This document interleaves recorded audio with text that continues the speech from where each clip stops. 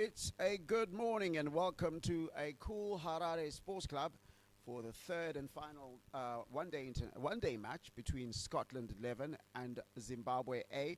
Scotland leading the series 2-0, an unassailable lead they took after an exciting match that took place here at the same venue on a Saturday. Today, Zimbabwe A have made a couple of changes, but before we talk about the team news, let's talk about the toss. The toss happened this morning, and Zimbabwe A won the toss and decided to bowl. And the couple of changes that they've made to their squad, and this is going out, Antam Nakvi out with an injury. Also out is Kian Blickner, as well as Timison Maruma. Coming in are Tadiwana Marumani, the exciting under-19 prospect in Kupakwashe Muradzi, the young opener, and Tashinga Msekiwa. And if you're looking at Scotland, as far as they're concerned, Richie Berrington, Charlie Castle, Owen Gould, and Safian Sharif come in. Going out are Jasper Davidson, Ollie Davidson, Finley McCreath, and Brandon McMullen. So we're about to get underway here at Harare Sports Club with Ernest Masuku bowling the first ball.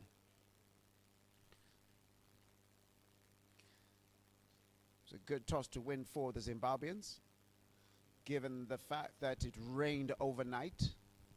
So there will be that juice in the morning. It's the same pitch that we used for the first match. That match also won by Scotland. George Munsey and facing the first ball, partnered this morning by Captain Matthew Cross.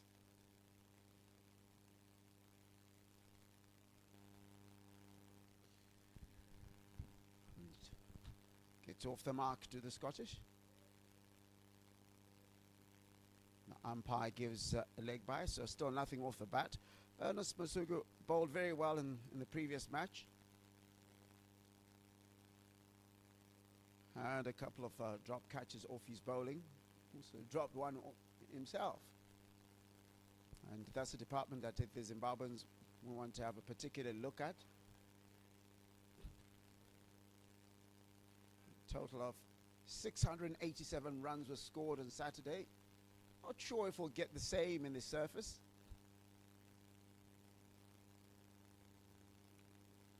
So Matthew Cross faces the first ball of his morning. And is edged it and is gone. Ernest Masuku with the early breakthrough. Matthew Cross edges that to slip. And Dion Myers gobbles that up at chest height. And the Zimbabweans have the early breakthrough. Scotland find themselves 1 for 1 after 0.3 overs.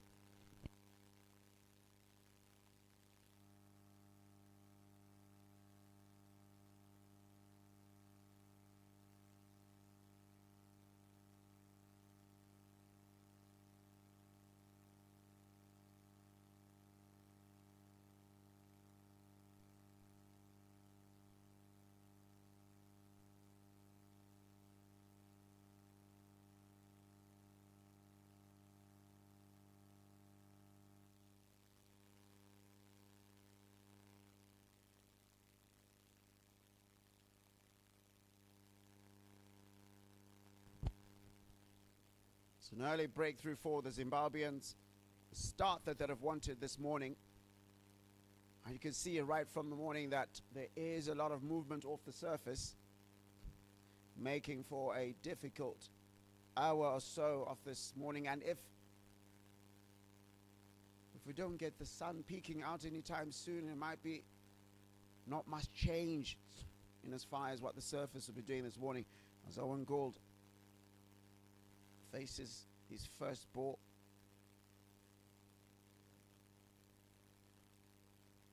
Ernest Masuku with his tail up. That is just gently punched to the point area.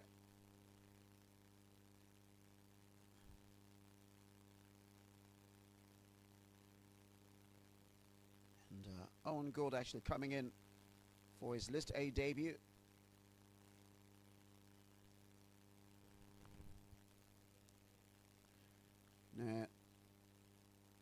Played a couple of matches against the Zimbabwe Academy. And it's gone. Ernest Masuku, I beg your pardon. He's taken advantage of the Devils in this pitch. And he's opened up the city end. And Takuzanashe Kaitano grabs his second catch. And Ernest Masuku, his second wicket. A nightmare start for the Scottish. And they find themselves 1 for 2 after 0.5 overs.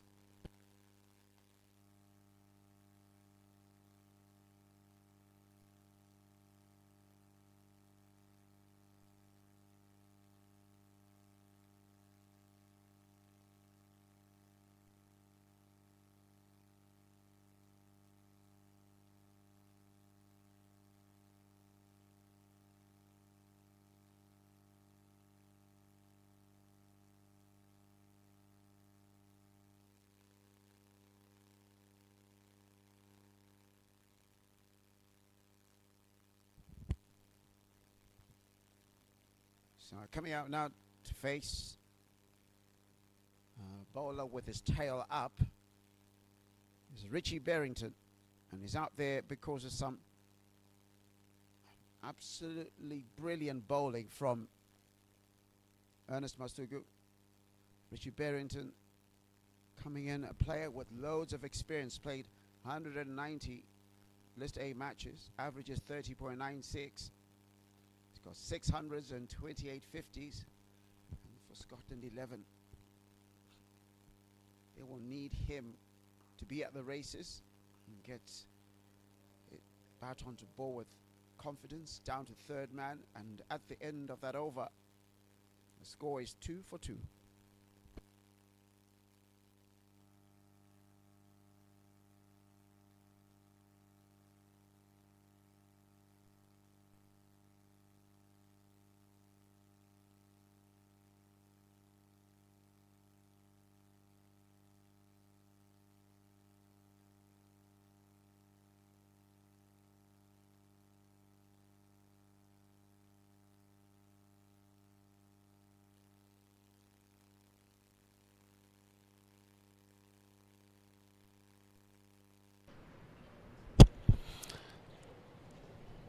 Bowling from the city end now is Akram.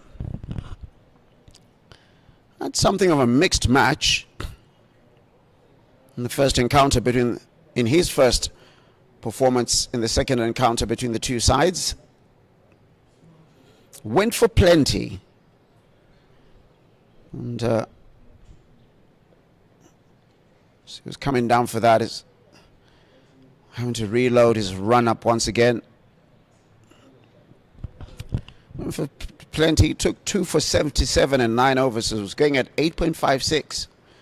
Not by any means the most expensive, but of the experienced bowlers, certainly was the most expensive.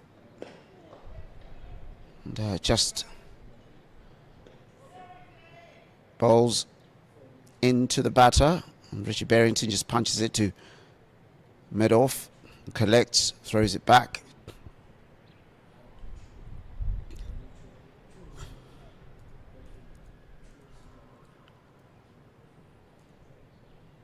A lot will be expected from some of these bowlers. Akram, one of them. Zimbabwe hampered by a couple of injuries. Antam Nakvi, one of them. Kontai Matigumu also not able to take part in the series for the same reason. Luke Jongwe pulled up earlier in the first match, so hasn't been able to bowl. So they've really had to go and dig deep to find bowlers, but they've got Brad Evans, a brilliant bowler in the second match. Took 4 wickets, 4 for 67 from his 10. But back here, Akram hoping for a better return than last time, and so far, first 3 balls, he'll be much happier with the return. 3 dot balls. Richard Berrington probably more watchful. And if it had been a different surface, of course this is the sort of weather that the Scottish would be used to playing in. And it dabs it down to square leg, backward square leg, and Clive Madande keeping for the second match in a row. It's been out since November in terms of the keeping department. Only started playing cricket again last month after an operation. And he's key to a lot of fortunes in both red and white ball cricket for the Zimbabweans. And the Zimbabweans are out there in Bangladesh. And from time to time I'll be giving you updates on how they are doing in the test match. Currently in its first day back here. Ooh, beautiful delivery. That just shaped away from George Munsey, a player who just under a year ago lit up Harare Sports Club with an incredible century for his Zim Afro T10 side. But that one almost caught him flat-footed. Probably didn't use enough of his feet and left his bat hanging out a bit. And he moves again. Faraz Akram will wonder how he's not induced an edge there. And at the end of the second over, the score is 3 for 2.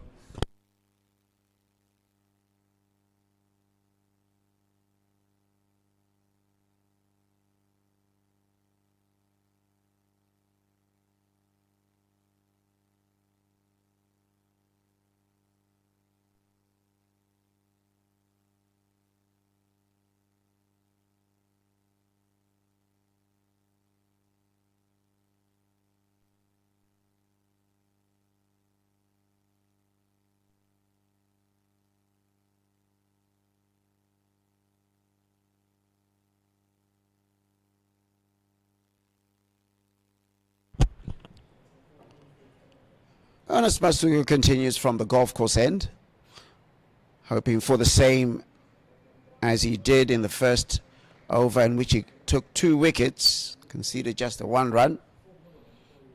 It was 2 runs off that over, but leg byes do not count off the bowler. That becomes a team penalty, if you want to call it. I wouldn't call it a penalty because it's not really you did anything wrong.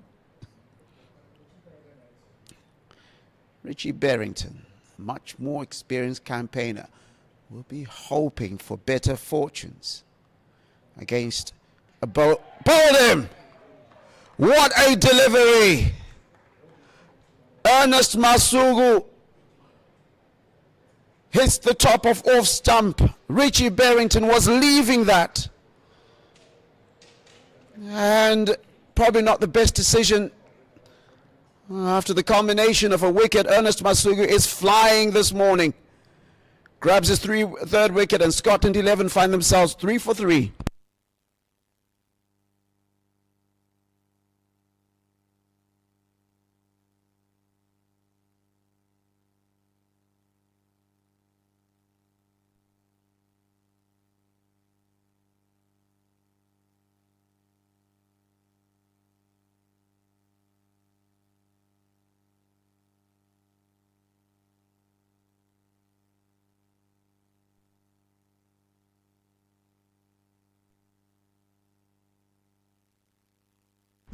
What a game of cricket we have this morning for the locals.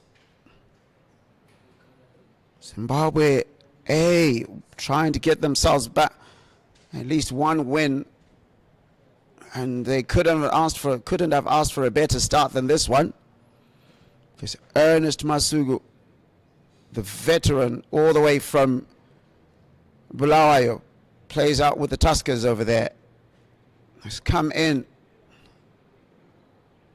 and with his tail up, with fire in his belly. He's grabbed 2 wickets already. And Scotland are reeling at 3 for 3. And coming out now at number 5 It's Michael Leask. Not used to coming in at this particular stage during the series. It's often been coming in after the 20th over when there isn't much shine left on the ball.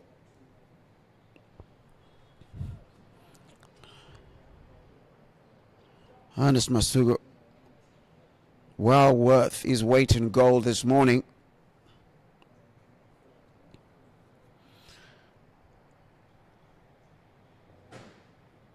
And well left there by Michael Leask. Masuku is a player who definitely has his wits about him. This is his 53rd List A match, and before today had taken 82 wickets with a best of 6 for 50 and a strike rate of 26.8. 4 fivers and 2 4-wicket hauls. Oh, just a bit shorter that one, and score 1 for the over.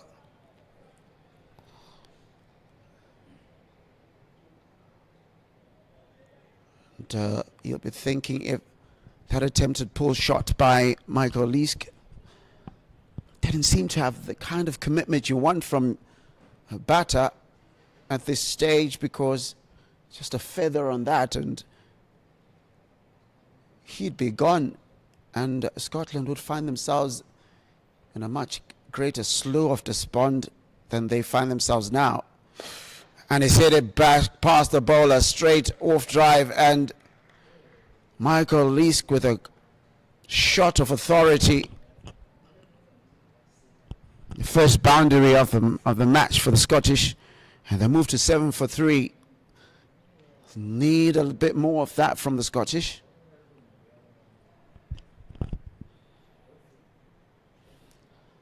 Always a wonderful shot to see. The straight drive. Trace the bullet past the bowler. Bowler tried to kick out at it. I'm not sure the coach would want to see too much of that. Ooh, beats the edge. Another devilish delivery. Another successful over for the Zimbabweans. 1 wicket off that, 4 runs off it, and 7 for 3 after 3.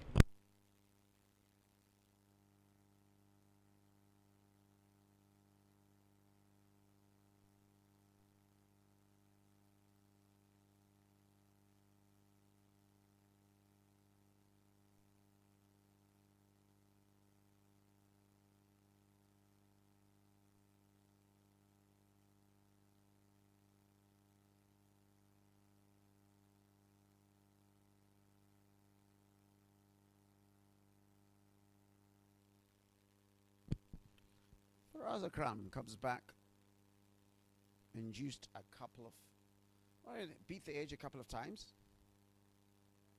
in his opening over, and George Munsey facing him now. I think what Scotland need to do right now is this pair has to do something of a rebuild, and even if the runs do not start flowing anytime soon, you have to frustrate the Zimbabwean bowlers, because if they lose a wicket or two before the 10th over, it could become a very short match today, and that's going to be quarter wide, and quite rightly so, comfortably wide.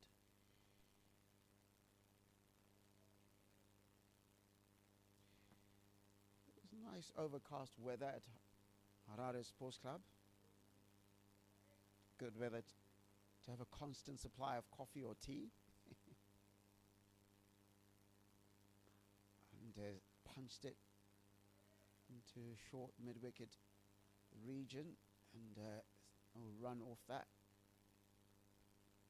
To say it again, the Scottish side have to do something of a rebuild. These two experienced players, George Munsey and the rich George Munsey,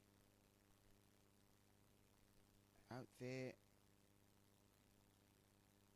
Very experienced campaigner with Michael Leask.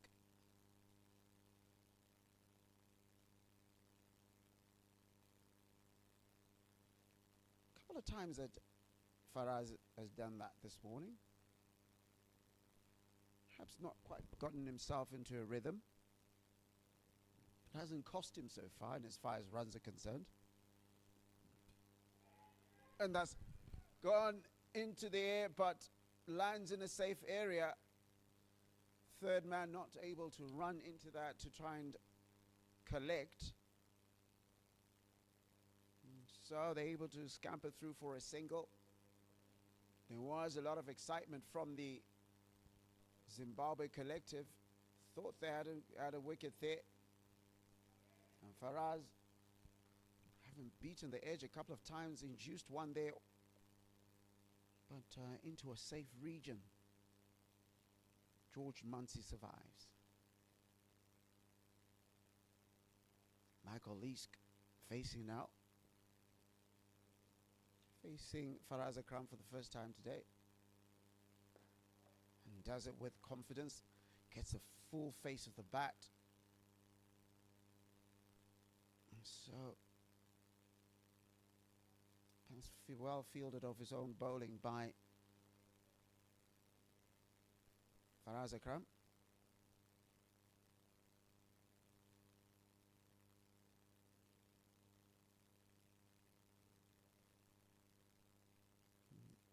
You have it. It looks as if there's a slight change to the field setup.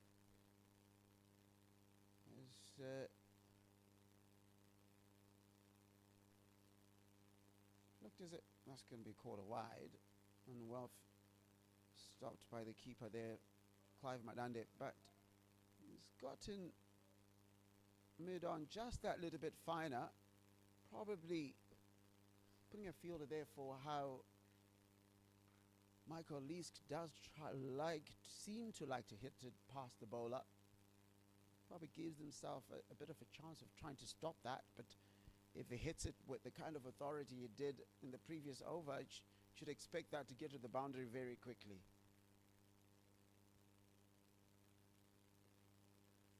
I just hit it. Dabs it down to third man. Collects it. They're able to run for a single. And then move around again. Left-right combination. Nightmare for some bowlers, but also great for a batting side, because the bowler will keep needing to change his line and length. And certainly his line. Bowling to different individuals. And at the end of the fourth over, it's 11 for 3.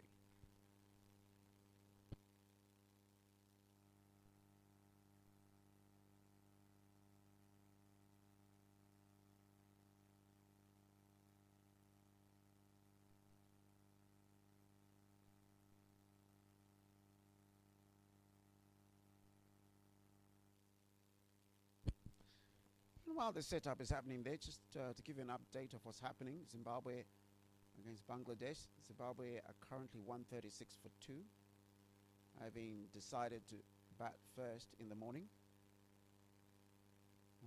Sean Williams is out there on 37 and Nick Welsh on 38. But here, Michael Leask facing Ernest Masuku. Got on wickets in his previous over and almost gets an edge. Again, a tentative shot by Michael Leask there. Moves a little bit forward. Does a bit of gardening there. Not sure what is seen in the surface. But Ernest Masuku, certainly the pick of the bowlers so far for the Zimbabweans.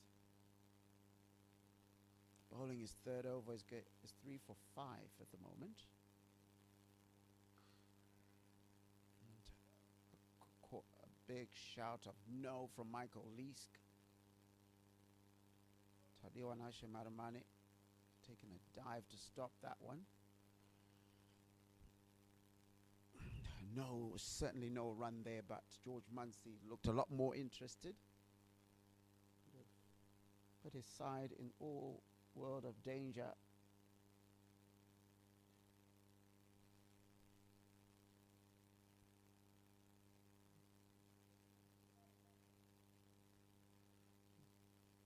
You can see Brad Evans stretching.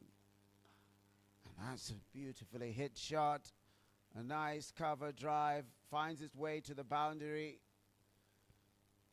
Leask is not hanging about here.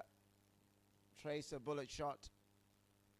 The vacant deep cover area, and that's gone for 4. And that's what the doctor have ordered for the Scottish. Some aggression, a sort of counter-attack, but at the same time sensible cricket. Because when he hits it there, it's a no-risk shot. As long as he places it in the gap, that goes for a 4. So what he's not done is to allow Ernest Masuku to dictate what happens. Perhaps that you might have thought of the other, at least Richie Berrington's wicket, waiting for it to do something.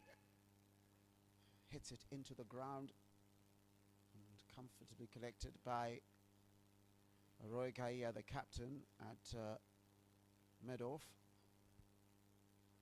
Ernest Masuku briskly walking back to his position. Heavy set field. A lot of cover around the point area and towards the back. Interestingly enough, not the same tight, and that's lovely clipped to the leg side by Michael Leask as he moves to double figures. He looks like the most settled of the Scottish batters so far.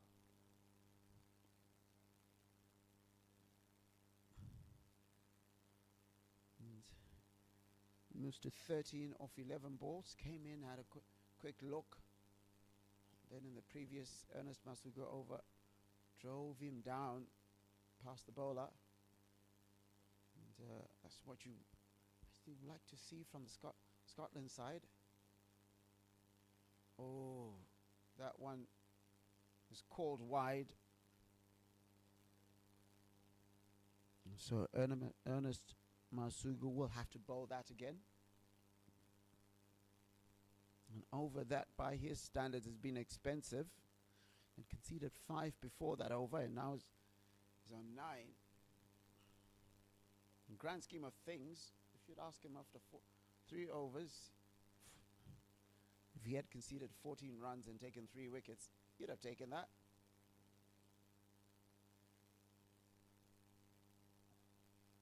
Ooh, almost induces an edge there. But Michael Leask survives and is 20 for 3 after 5 overs.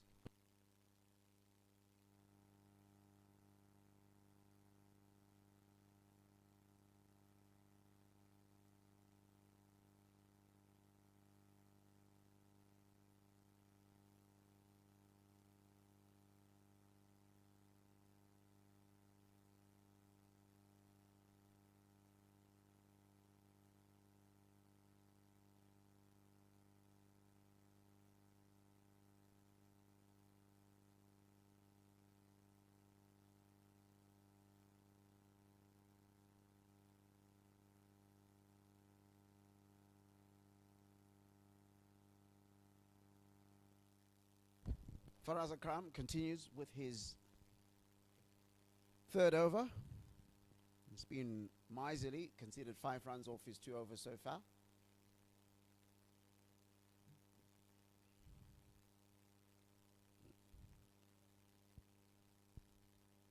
If you want to keep up to date with all sorts of cricket happening, Zimbabwe has 2 outbound tours happening at the moment, one for the men and one for the women. All those are available on the Zimbabwe Cricket app. Get updates, ball by ball. There's a lot of club cricket in Harare yesterday, so you're able to keep up to date. So nobody's making up figures for you. Nobody can claim that certain player has got more runs than they do or more wickets than they do. All that information available for you for free. Download it from wherever you get your apps from. A good, nice seam action from Faraz Akram stays true. And has a gentle follow through. You can see George Munsey has been circumspect as far as how he's handled this in his innings so far. Just one run off his 11 of the 11 balls he's faced.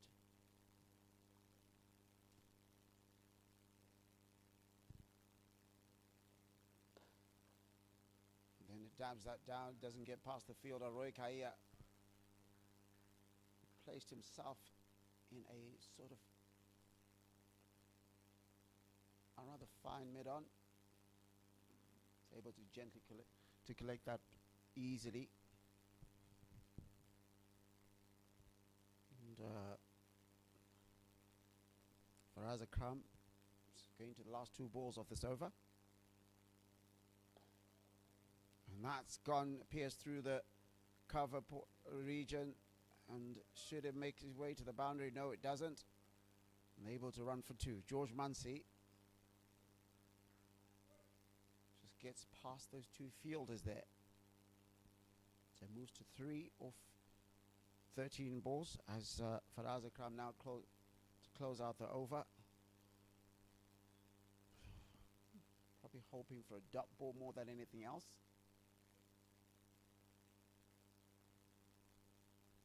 Or for himself, a wicket. Still to populate that column in today's match. And that'll be a single off the final ball. So at the end of the 6th over, the score is 23 for 3.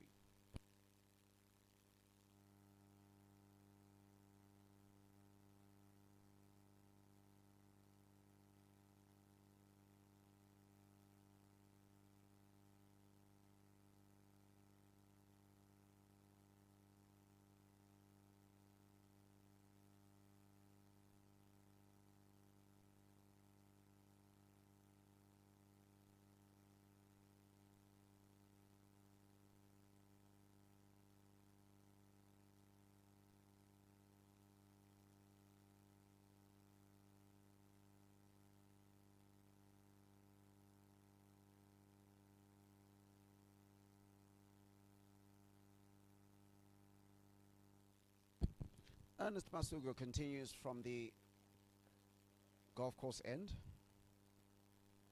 Another delivery that keeps the side honest. Cramps up George Munsey, unable to put that away.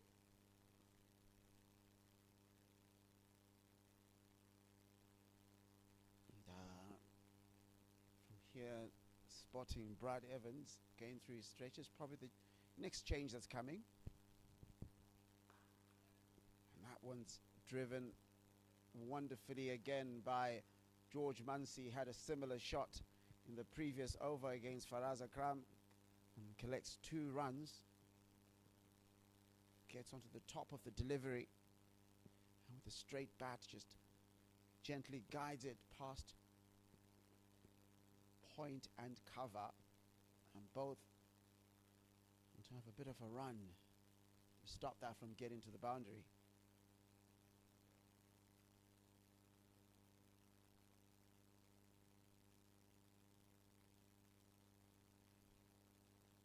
Oh, that's a big shout, and it's gone. George Munsey has to go.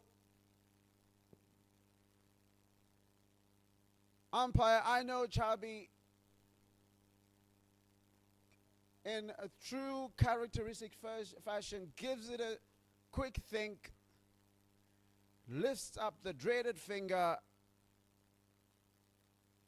and Ernest Masuku is up to 4 wickets.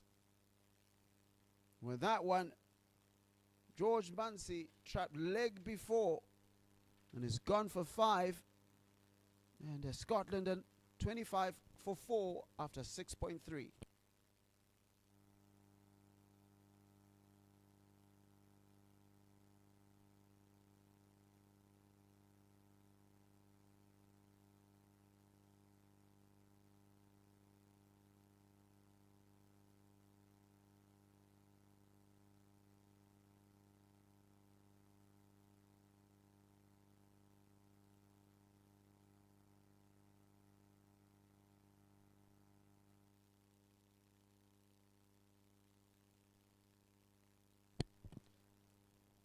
Oh, Ernest Masuku.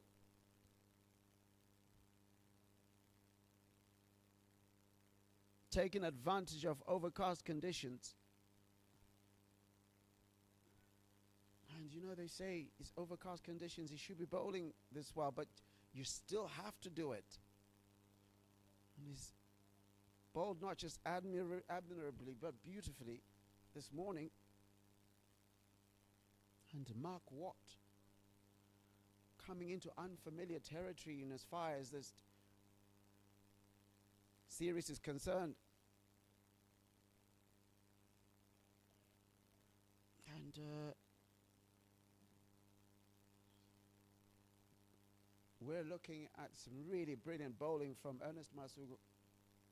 Man, some people say should certainly have played a lot more matches for Zimbabwe, but still has time.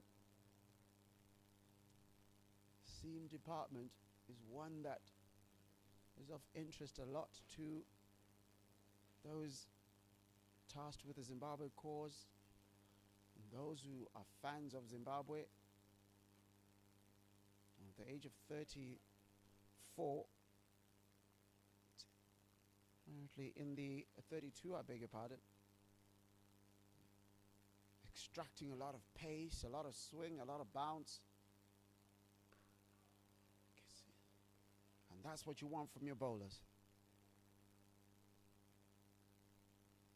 And one thing you'll never argue with him is over his effort. And just seeing umpire Arno Chabi, just having a word with him, wondering if it's because he might have strayed onto the pitch.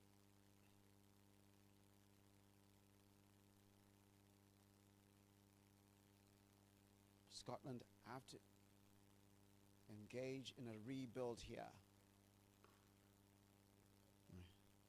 What was a difficult task has just become that more complicated. 25 for 4 after 7 overs. 4 of those to Ernest Masuku. He's currently now on 4 for 16.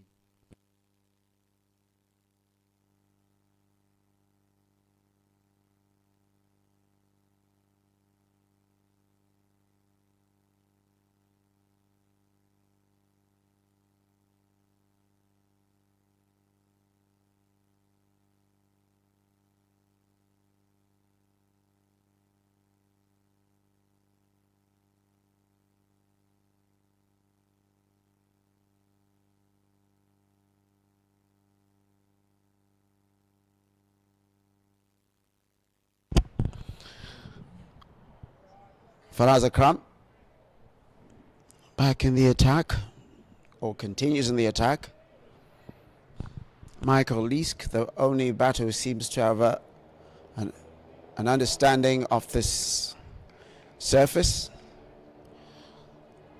Almost got himself into a false shot there, just goes over his bat. Could have easily edged that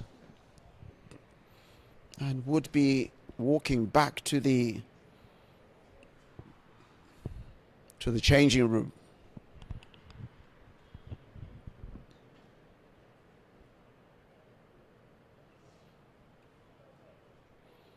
You feel as if Michael Leask could be critical to this. Have to bat as deep as he can, and everyone else will have to come and bat around him, or at least not lose their wickets, because he does seem to hold a lot of the aggression.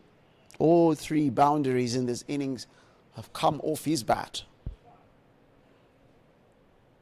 It's an innings that is still in its infancy.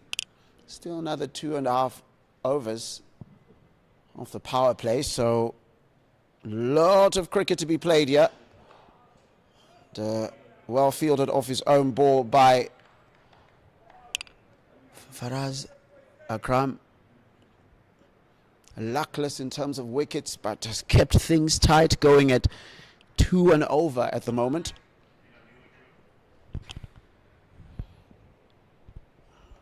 And for the Scottish, the projected total is 167.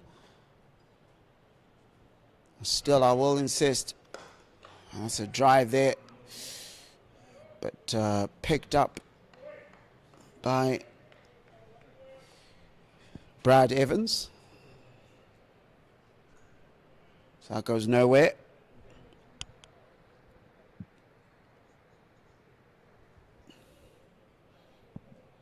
Still no run off the serve, and this has been a pattern for Faraz Akram. 4 dot balls just to see how it closes out the over, and another dot ball.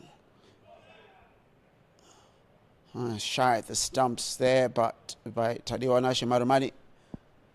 It's the stumps, but Michael Leask well in.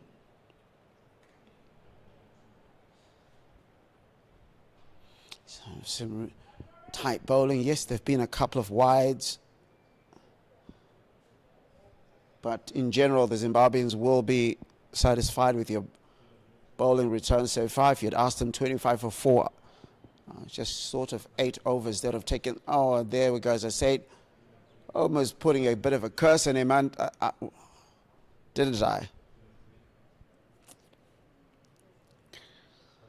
Just praising about tight bowling. If he hadn't conceded that one, that was going to be a maiden over. That, unless, of course, if Michael Leask had gotten his bat to that and been extract some runs off it, she has to come back again. And that just punched down. A quick run. Brilliant running in between the wickets. So just 2 runs off that over. The score is now 27 for 4.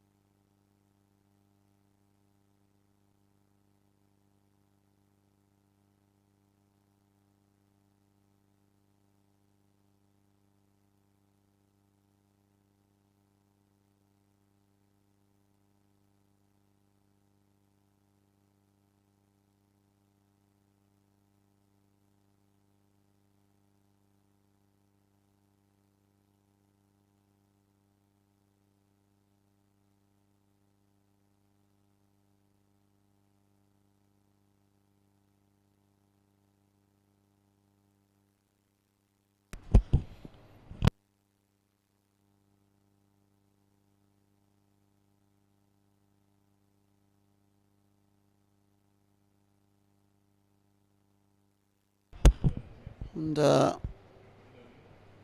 back in the attack to continue his war of attrition with the Scottish batting lineup is Ernest Masuku. Has been irresistible this morning. 4 for 17 off his 4.1 overs. And heavy set onside field. Mark Watt facing, and pierces through that field.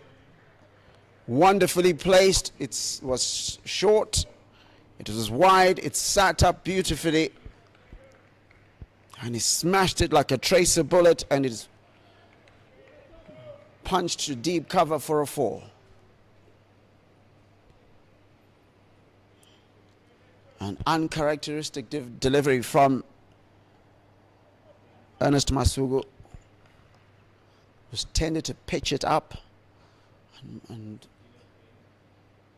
gotten it to deviate from a right about there and dropped. Ooh, was that a chance? Was that a chance? From Tadiwanashi Marumani's reaction, it seems to be so.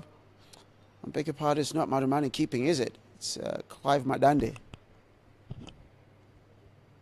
Looked like he was interested.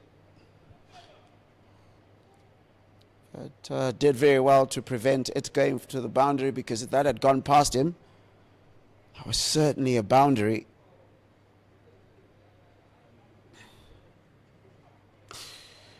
That one just comes in. Again, is talking about that, pitching it up. And goes it just, pitches just about leg. And the impact with the bat is right about fourth stump. And midway through it, so there isn't enough space to try and hoik that over or to pile drive it.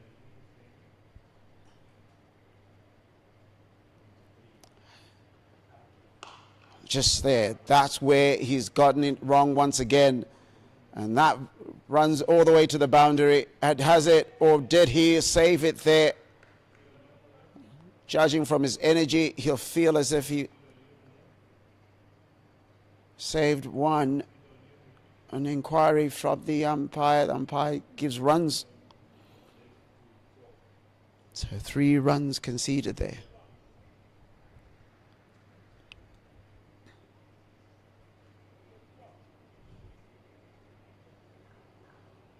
So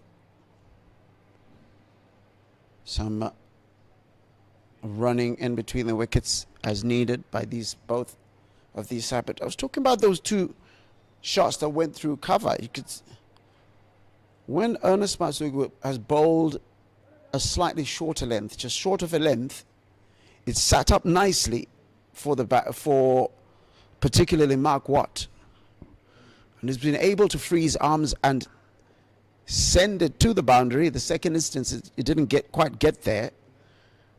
And probably something that he'll want to have a look at. So Michael Leask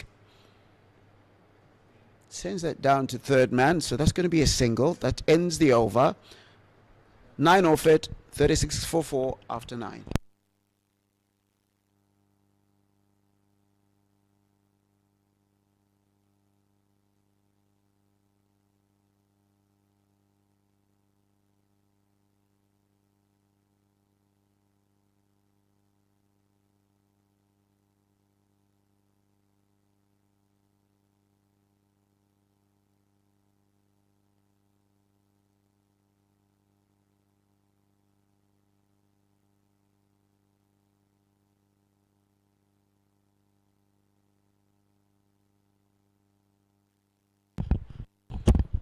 Faraz Akram to continue. Bowling from over the wicket. Oh, that's just beaten mid-wicket, but doesn't have enough legs to go to the boundary. So Michael Leask will run for 2. And runs are beginning to come for the Scottish fellas. Gone through a period in which they almost weren't able to buy a run. Not sure if it's gotten a little bit easier, or a sort of counter-attack play from these two. This 2 has resulted in them being able to find openings where the others were not able to. Just punched back there to mid-off by Michael Leask. Certainly a player who's come in and has had a lot of intention, shown it, and can almost prove it. There's a bit of a walk down there from Michael Leask. Didn't really time it, so that didn't get to the boundary, but he'll run 2 easily. I might have thought 3 was on the cards if they'd run the first one aggressively.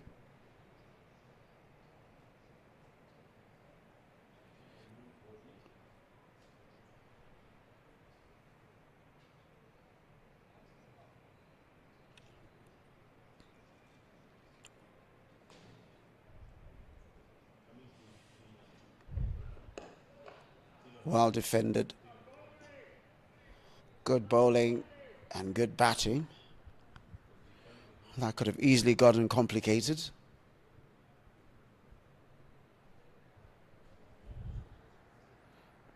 I quite like the way Michael Leask has gone about his innings. He doesn't look flustered at all. And that's what you want from one of your best players. And he, beautiful on drive, pulls it on the ground, and it goes all the way to the boundary, past a stagnant third man. I beg your pardon, a stagnant mid-on. So that goes away for a 4. It was in the slot to be hit, you think.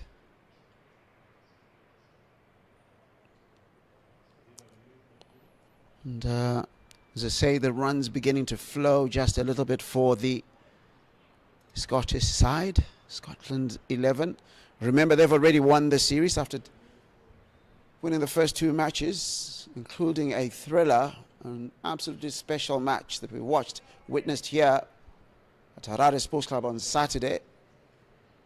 And for Akram to finish his over. And that's hit into the ground, and he fields off his own bowling. That's 8 runs off the over after 10 at the end of the power play. It's 44 for 4.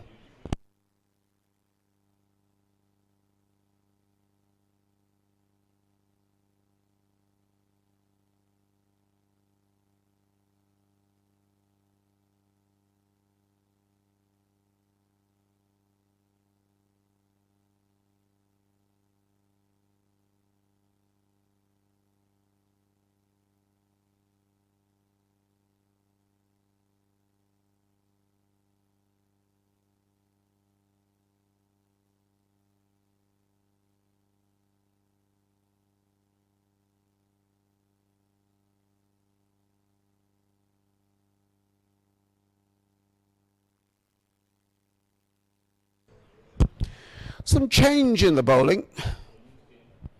Brad Evans will take up the mantle on from the golf course end, taken over from Ernest Masuku, the chief architect of a chaotic first 10 overs for the Scottish side.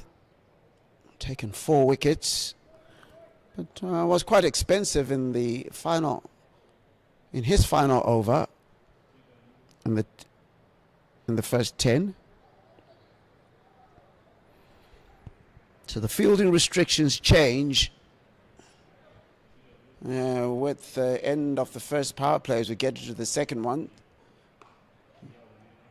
Means the Zimbabweans can have more men outside the inner circle. And this is a period in which Scotland will probably employ a lot more running in between the wickets.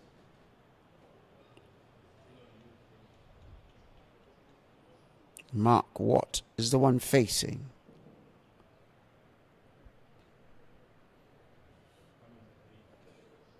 Oh, beats everything.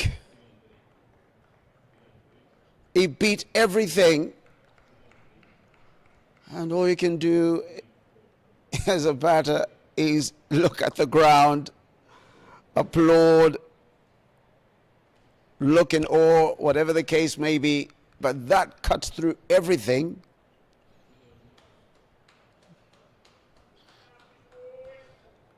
Mark Watt still out there though, and that's the important thing. Moves forward. Oh, it beats his edge once again. This is some brilliant bowling from Brad Evans. You'll wonder how he's not been able to get a wicket off those 2 absolutely juicy deliveries.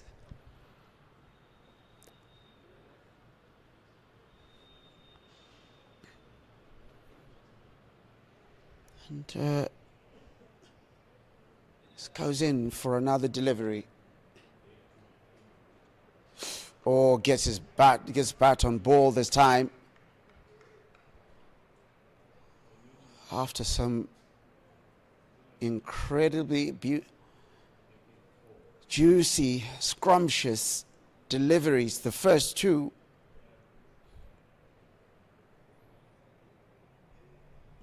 It's just a marvel to see, but still a lot of cricket to be played here for both sides. Who gets bat on ball with a lot more intention.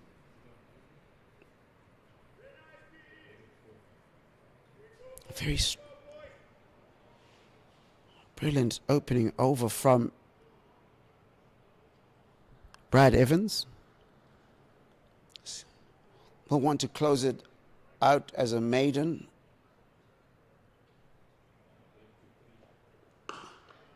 And that he does. Some absolutely exceptional bowling from Brad Evans.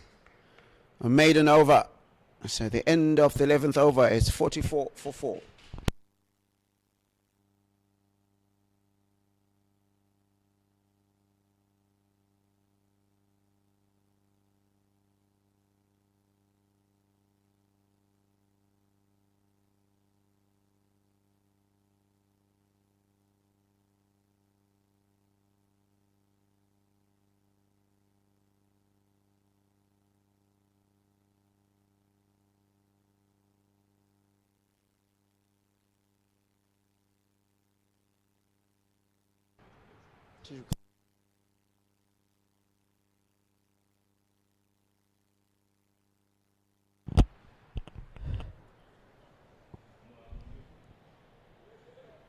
It's a change of bowling from the City end, and it looks like Tony Munga, if I'm not mistaken. Yes, this is Tony Munga.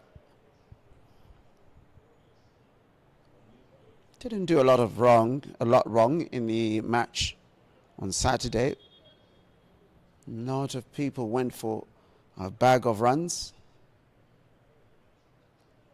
Of course, the Zimbabweans without Anton Nakvi today with an injury. It normally comes in at this stage of the innings.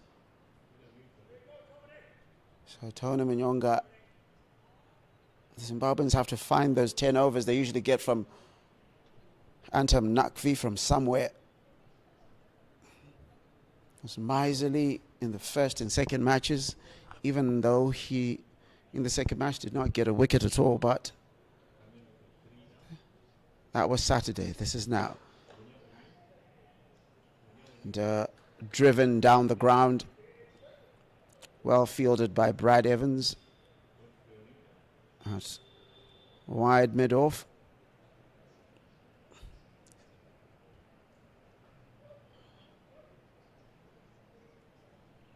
Looks as if there's protection in a deep mid-wicket area for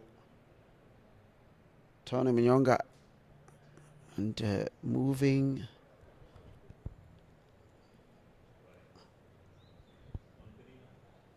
Ernest Masuku into a fine leg position.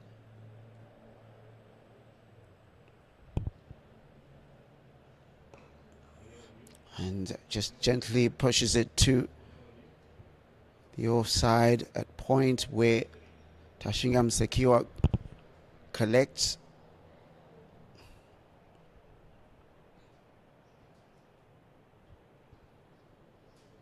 Can shuffle around with the left hand, right hand combination. Tom Nyonga just conceded 2 runs so far. Want to keep it tight. It's up for just a bit, but doesn't really bother anyone. Fielded at deep mid-wicket. And the dance with the Dragons, if you want to call it that, if you're a Game of Thrones watcher, continues. As they switch from one to the other.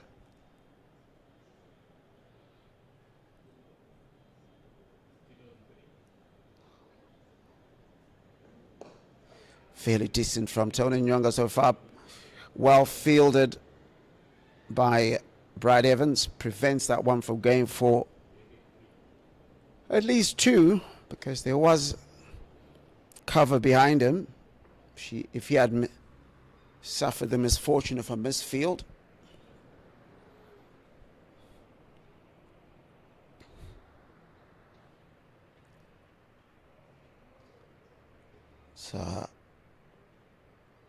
Look at that, Tony Munga. Ooh, almost chops it onto his stumps, does Michael Leask. Survives just.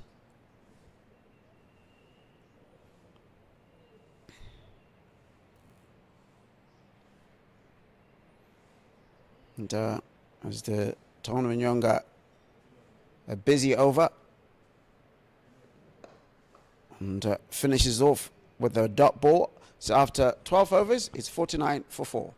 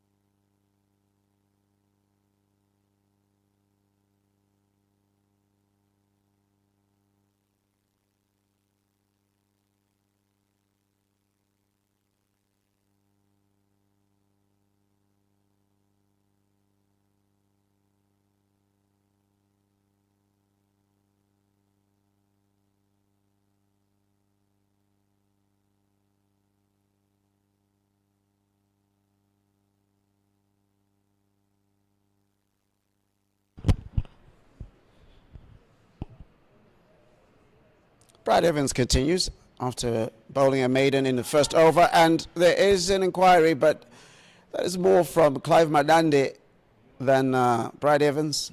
Completely uninterested from the top here. I think comfortably heard 2 sounds. It looked like bat first, and pad also looked like it was going down leg, so a lot happening there. But you know, for a certainty, an absolute certainty, you will know there is interest here.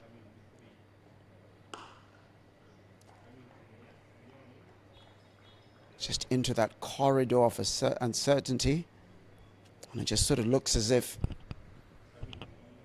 Mark Watt, not that comfortable playing Brad Evans, who seems to play bowl with a lot more consistency in line and length than Ernest Masuku did, certainly in Ernest Masuku's final over, where he gave a lot more room, which allowed Watt to express himself a lot more. And then you see, just because it's just that little bit fuller, ooh, an inquiry there. But Michael Leask looked like comfortably in.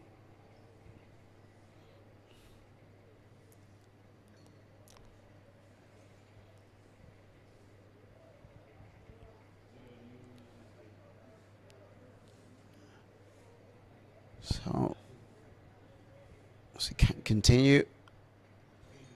Brad Evans gets pulled comfortably onto backward square leg, deep backward square leg, and goes for a 4. A short delivery. And the 50 comes up for Scotland 11. They have 54 for 4.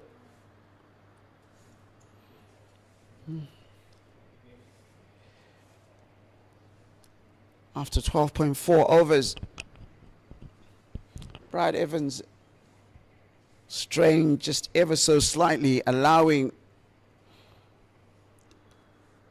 Mark Watt to pull that one, and with no protection in the deep there, meant that comfortably found its way to the boundary.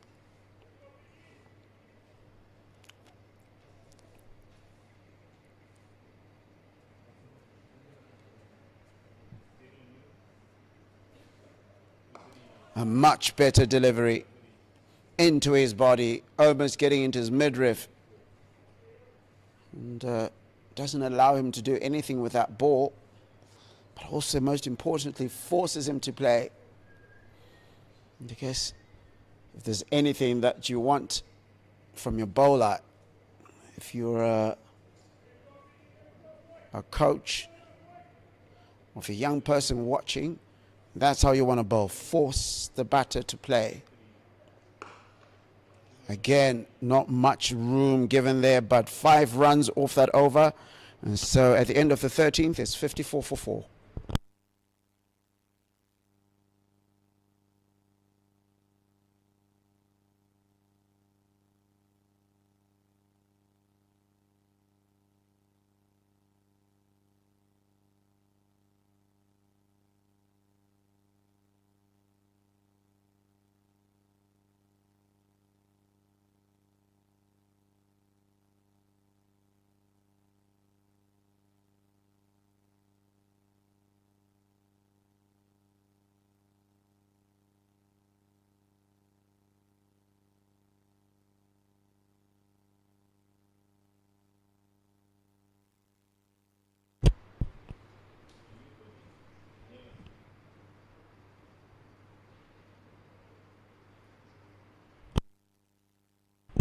Coming back into the attack this time from the City end is Ernest Masuku. Interesting call here. Unless the idea is to try to knock these two over as quickly as possible. They've gotten together for a partnership that is 29 of 39 so far. But if he bowls here 1 or 2, he's only going to have, after this over, you'll only have 4 in the locker. And if should this match go deep, then Roy Kahia could find himself in a spot of bother. So Tona Mnyonga quickly taken out of the attack. Ernest Masuku, the man who's taken all 3 wickets so far, goes to deep fine leg, and a single just off the hips. Leg buys, it is called. So saying it's an interesting call, but that's because of the paucity of pace bowlers he's got. He's only able to use Dion Myers for a couple of overs in the previous match. From what I'm told, he's not able to continue. And probably unlikely to bowl today.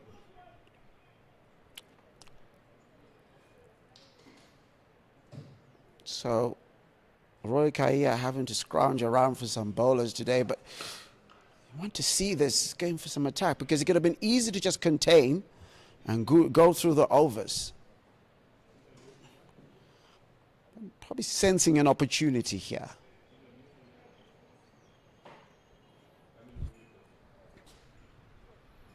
Sensing an possible opportunity to,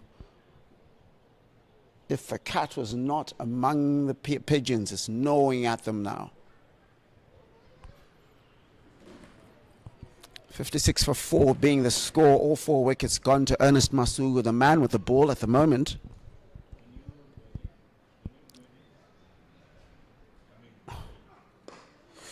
Oh, that's driven down. And Masuku gets a touch on it, so it doesn't make its way past with any pace, and it's safely collected by Roy Kahia, who gives it a slight bit of a shine.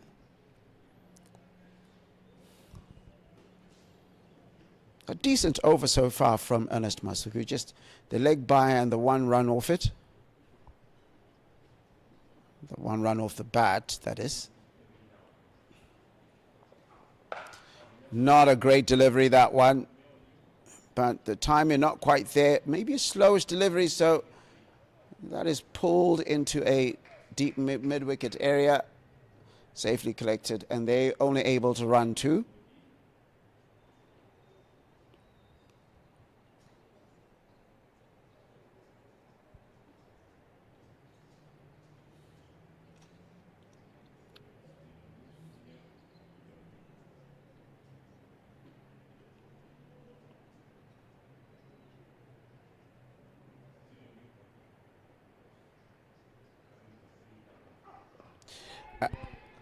In the air.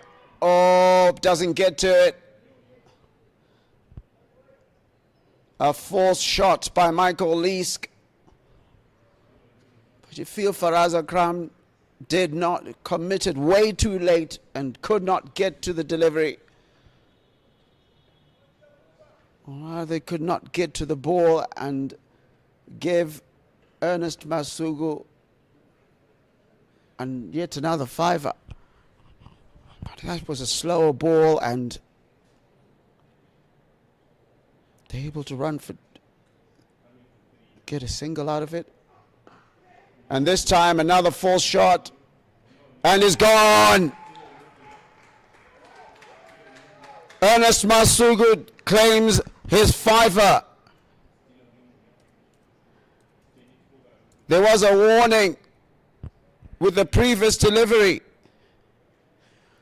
Leask did not get off strike, got a similar delivery, played a similar shot. And this time Faraz Akram makes no mistake. And Scotland have lost the wicket of Leask for 29 and are now 58 for 5 after 14.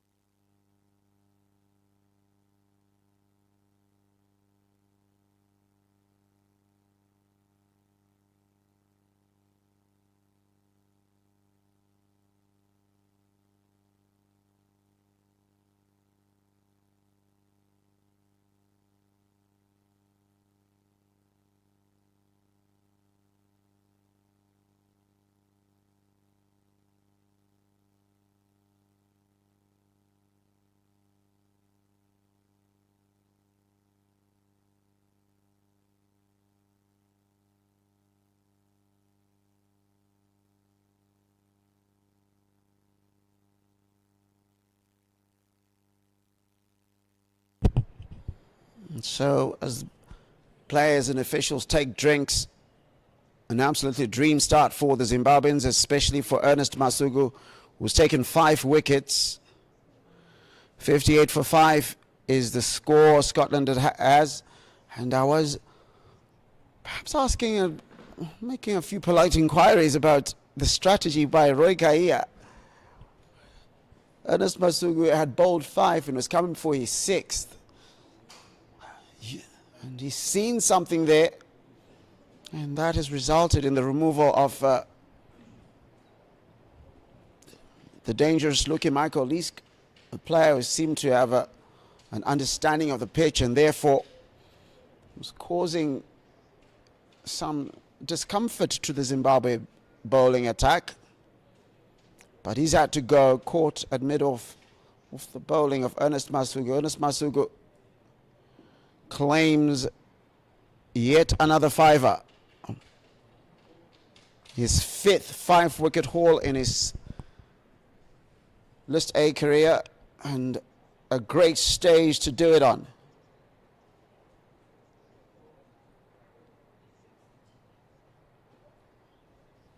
As it stands, just to give you an update of what's happening out in Bangladesh, the players are just going for tea, and Sean Williams and Nick Welsh have been able to carry the wickets through that period between lunch and tea. So the Zimbabwean team is 161 for 2 after 56. Both Sean Williams and Nick Welsh have gotten to the half century. 55 and 54 they're on. And their partnership at the moment is 89, and it's come from 37.4 overs. So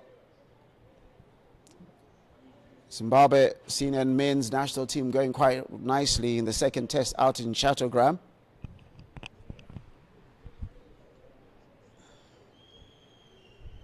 But back here, Brad Evans to continue his spell after a successful previous over from Ernest Masuku. 4 runs conceded off it.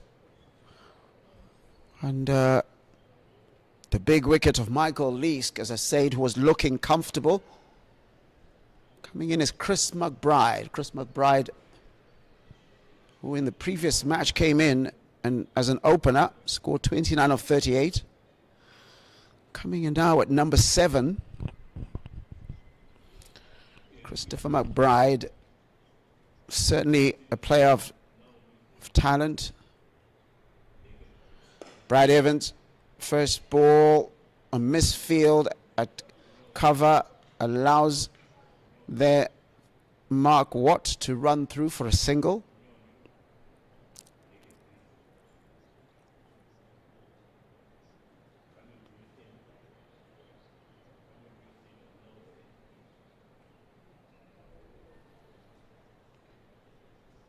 Certainly, as I said, what the proverbial doctor would have asked for here for the Zimbabweans. 5 wickets taken.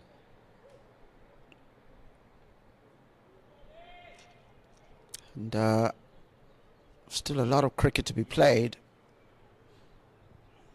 But the ends and bits for Scotland are getting that little bit smaller. And that's pulled, and it's gone for a boundary. It's a bit of a check to see if it had gone all the way, but short and pulled with disdain by Chris McBride, not a man lacking in confidence. Playing in what is his 21st List A match. It's a high score of 56, averages 24.94, at a strike rate of 74. 18 of those List A's have been at ODI level. So he's got the majority of his runs for Scotland. So the ball's come back and the umpire asks to have a look at it, just to make sure that it is in good working order. And he seems satisfied. Ernest Masuku gives it just a wee bit of a shine. Brad Evans running back in, shaking off that 4 that he conceded. And it looks as if they've provided cover for him in that area. Be that as it may, with the change of batter, a lot of left-hand, right-hand combinations for Scotland. Keeps the bowling side guessing, wondering.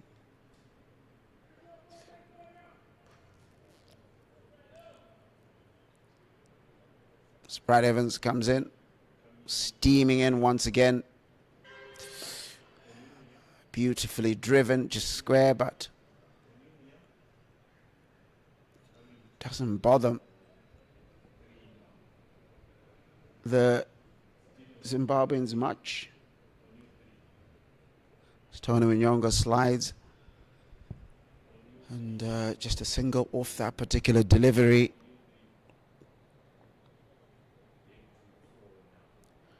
The score in an interestingly poised situation. Into his body. Those are the kind of deliveries that you want. Brad Evans bowling tends to get them more often than he doesn't.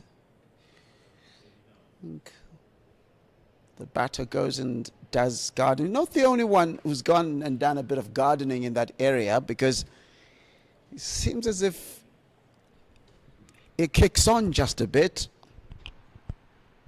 when it bounces. That sort of good length area. Oh, umpire says no. And Brad Evans, ever the competitive one, accepts the decision, walks away, and is 65 for 5, 7 runs off that over.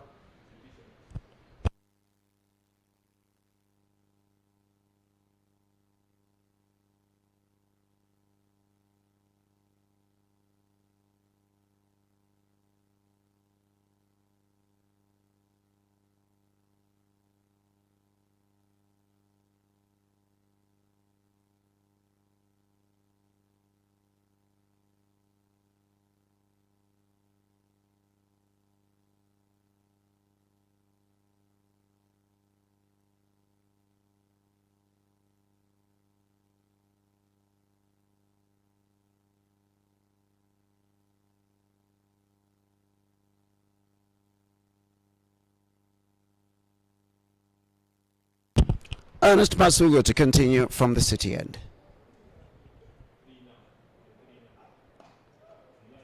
He's tail up. He's in the mood. And almost as if Roy Kaia has decided that he wants this cleaned up and cleaned up quickly. 65 for 5. Scotland find themselves. Projected score is 215. They take that to the moment, you know.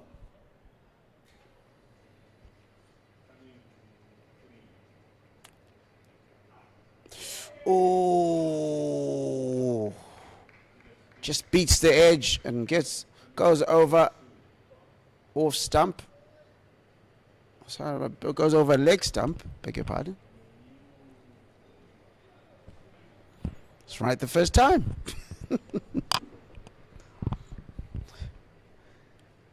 Ernest Masuku, a player of some talent, taken 5 for 28 so far in his 6.2 overs. Asked to do a job today. Probably should have taken a few more wickets on Saturday, and 3 catches dropped off him. Zimbabweans today, save for that one opportunity in which Akram probably should have run with a lot more intent, allowed it to drop, but the wicket fell with the next delivery. So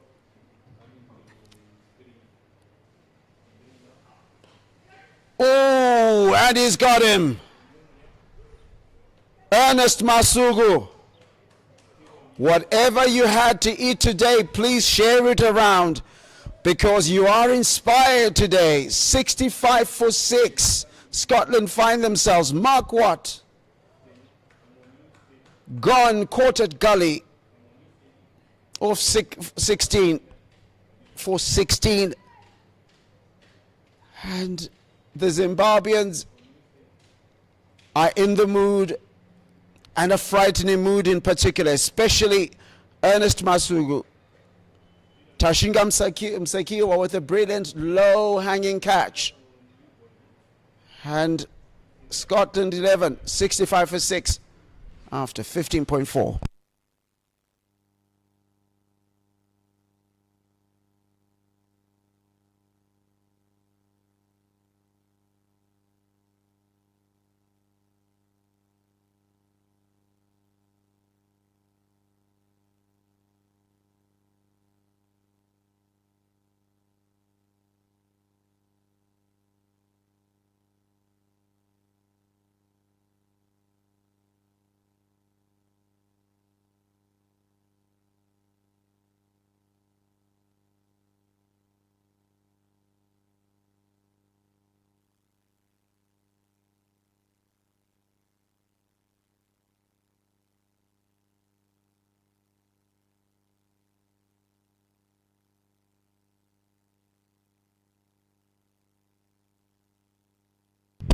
Ernest Masuku, 6 wickets taken. Remember, he's got best figures of 6 for 50, well within those figures at the moment, because he's currently on 6 for 28, well left by Chris Greaves. And these two will have to put on a monumental effort if they even to get close to that 206 projected score, currently going at 4.11. At this stage of the match, it wouldn't be too bad, but it is that wickets column, 6 gone for just 65 runs, and largely, or rather exclusively, due to the exploits of the man who's bowling right now. Though that's gone for a wide. That's given wides by the umpire, so you have to bowl that again. But having had success earlier in the over, you won't mind that. Be annoyed that could have been a wicket maiden, but it's just the one run that's going to be accorded to the batting side. Let's see how it closes off this over. Closes it over brilliantly, does Ernest Masuku. Just a 1 run off it, 1 wicket. Scotland find themselves 66 for 6.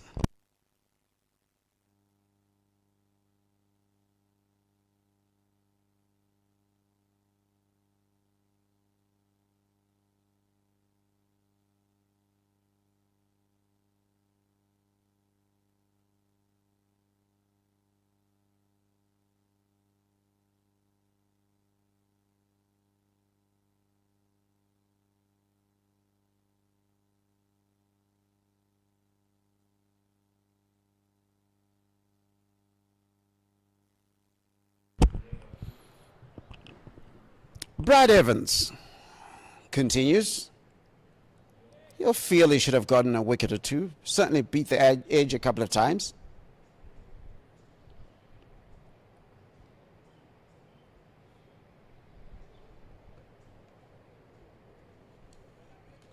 As it continues from the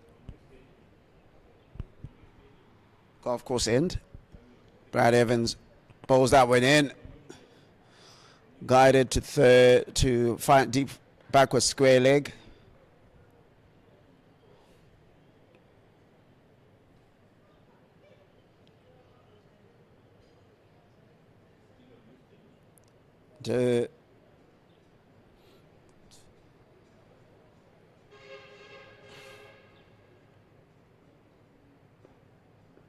Scotland in a lot of bother, 67 for 6. They find themselves now. Brad Evans, Miserly going at 3.79 per over. Into his 4th over now. Just 1 ball into it.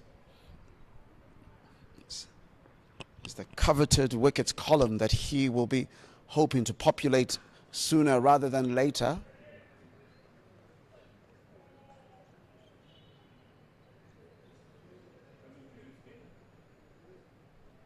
But like most players who play for the team, you'll say if he's holding up an end, he'll be fine if the wickets are on the other side, as long as the team wins. More often than not, a lot of stock is given to those who take wickets, but little to those who apply the pressure so that the valve is opened or the cracks appear, and that is into a vacant second slip area. And gotten that all-important edge.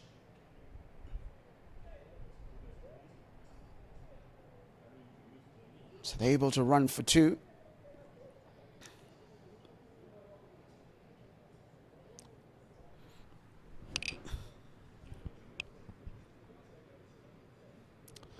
Brad Evans, unlucky not having a slip there, and that's a big call, and it's gone. Brad Evans, I did say he wanted to populate that area, the wickets column, and it's just done that. He's beaten Chris Greaves, all ends up. That crashed into his pads. It's probably going on to hit middle stump. And I know Chubby, with no hesitation, brings up the dreaded finger. And Scotland find themselves 69 for 7.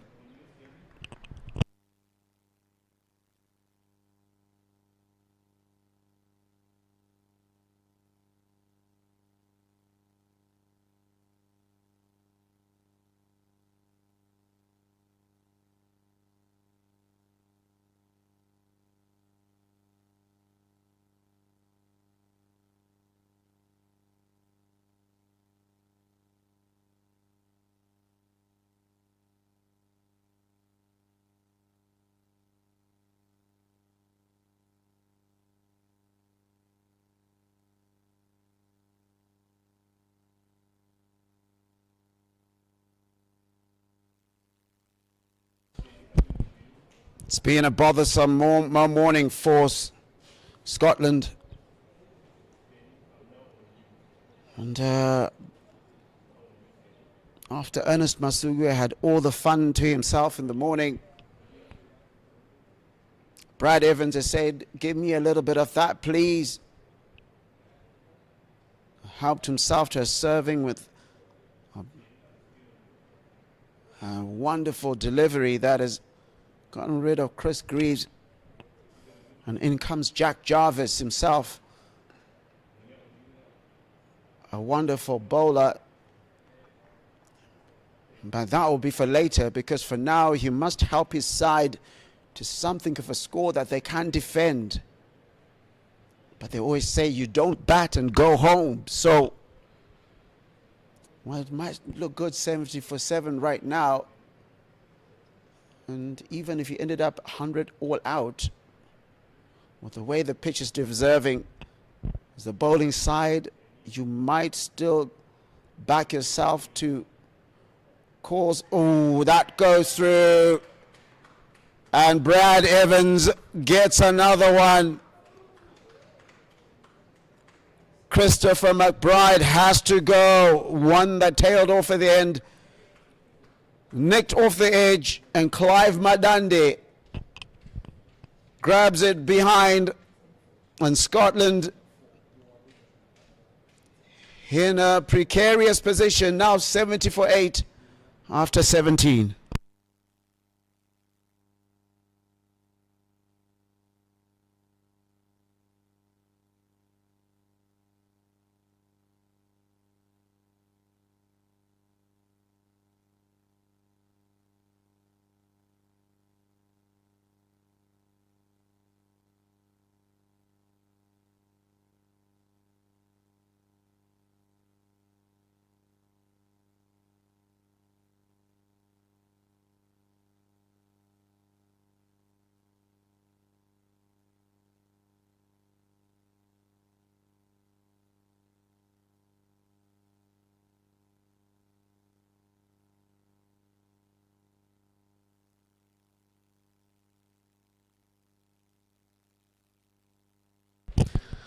Ernest Masuku comes in bowling his 8th over. You kind of feel at the moment that the captain might just be thinking, might not need his spin bowlers at this rate. Oh, furious delivery there. Ernest Masuku, remember, he's on 6 wickets for 29. And if you're the captain, why not bowl him out? Bowl all his overs, because then if you knock them over, you could be home by lunch. But that's for later. Another one, Jack Jarvis sort of leaving his bat hanging out there. Dangerous ploy, because that could easily get nicked and find its way to the keeper. And looks like they're packing a slip. The slip, you now got 2 in the slip. You got a whitish slip. They got a man at gully. An almost absolutely vacant onside field. And that is just dabbed over cover. It was tentative, but there was enough on it to ensure no problems for Jack Jarvis. So he gets 2 runs off that. A very packed offside field. There are literally only 2 fielders on the leg side. So you certainly see the kind of plan that Zimbabwe A have here, and is skied that one, but into a safe area as Jack Jarvis. No one in that area, so able to run comfortably for 2. Said all the fielders and catching positions on the offside. Only two fielders that are on the side. At the fine leg. We've got Brad Evans. That's going to change a bit. Looks like Dion Myers has been asked to get into a mid-wicket position. So now I've got three fielders on the onside. And pushed there by Jack Jarvis. And a cover, not quite driven, just sort of placed gently into that area. Nice little game of cat and mouse here. And so far, Jarvis seems to have negotiated well, but the more experienced Charlie Castle facing now. And that'll be the end of that over. The score is now 75 for 8.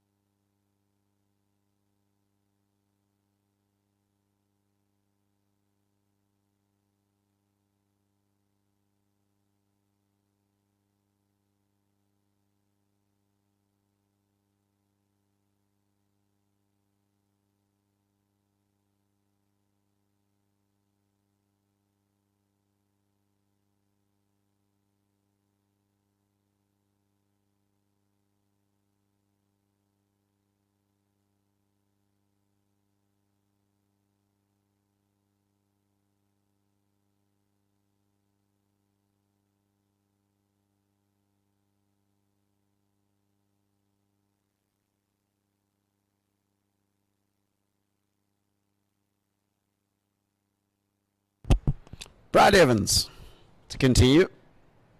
Took 2 wickets in the previous over, hoping to clean up the tail. And deep in the tail, Zimbabwe find themselves at the moment. Jack Jarvis on 6. Charlie Castle still to score. So it's Jack Jarvis who's facing.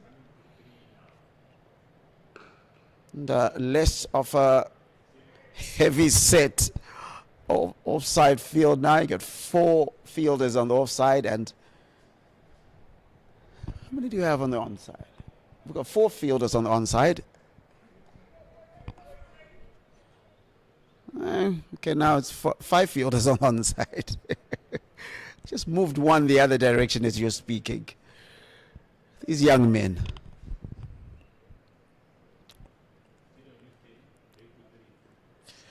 And it's pulled it up. It's gone up. Is it over? Oh, and a good effort. But from his body language, doesn't seem to indicate anything, Tony Mnyonga. So what is being given, an umpire having a look at him to ask him what the score is, and that's been given a 6. So that's been given a maximum. Not sure why he took so long to give that feedback. Probably a bit disappointed with himself. This was in Tony Mnyonga. Looks like the youngster who came in today, Kupakwasha Muradzi. Exciting under 19 prospect.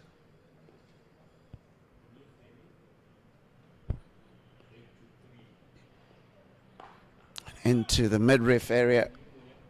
So that's a big 6, the first 6 of this innings, would you believe it? Coming in the 18th point at the 18.2 over mark.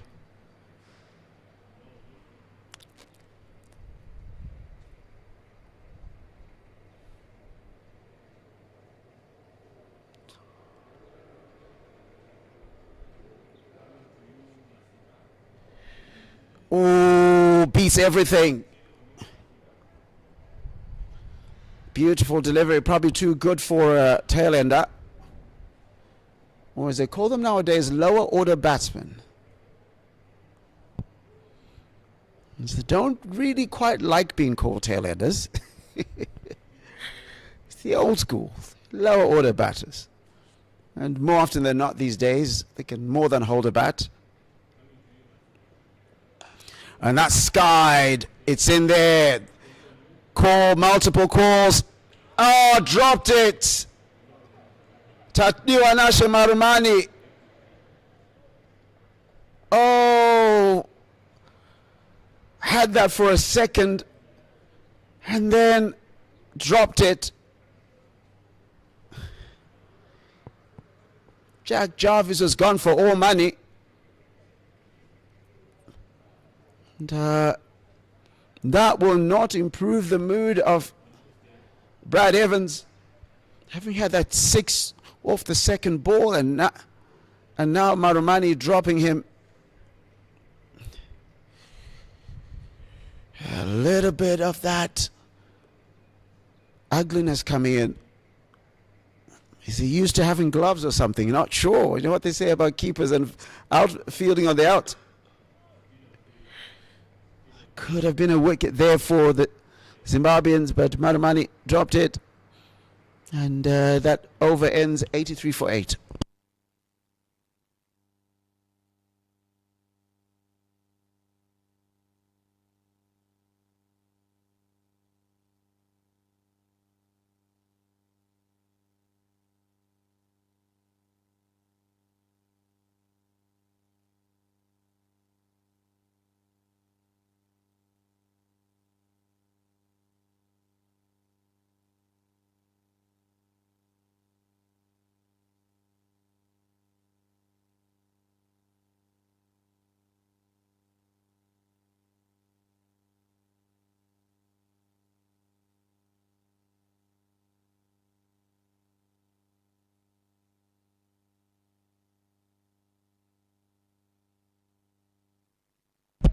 Ernest Masuku continues to bowl from the city end. Just after this one, I only have one more over, so he should be done with his lot. And if he concedes less than 16 runs, I beg your pardon, in the next 9 balls, then he will have returned his best figures.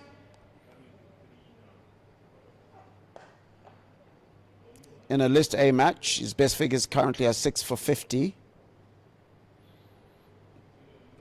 What he'll be more interested in is taking a wicket. Yes, he's had 6 already. But one thing you never accuse bowlers with their tails up of being a bit too greedy. They always want another one. The excitement, the rush that comes from grabbing a wicket at any level. Bowled him! Ernest Masuku with a slower ball deceives Charlie Castle and castles him.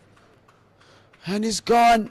Ernest Masuku has now reached his best figures in a List A match, 7 for 34.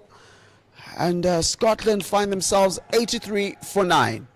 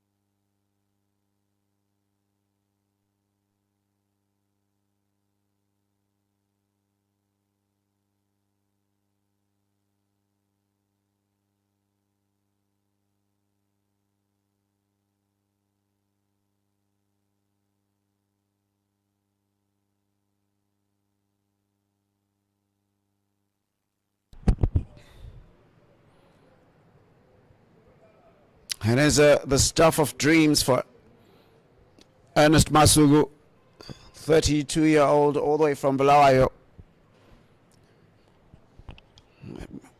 exciting player this morning, taken full advantage of the overcast conditions. Zimbabwe A are within touching distance of bowling. Scotland 11 for sub 100. 19.3 overs, 83 for 9. Projected score is 213. We'll take that right now, but the wickets column, that's where all the drama is.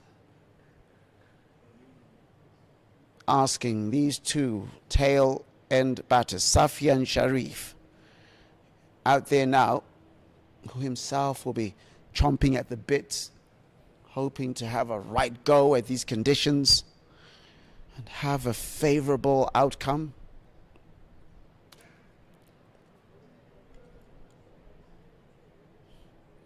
Ernest Masuku, man of the moment.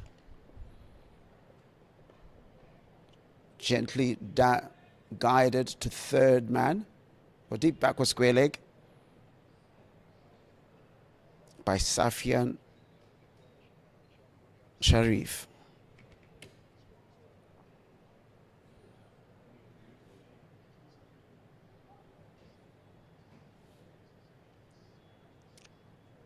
A brilliant exhibition of bowling, fast bowling by the Zimbabweans.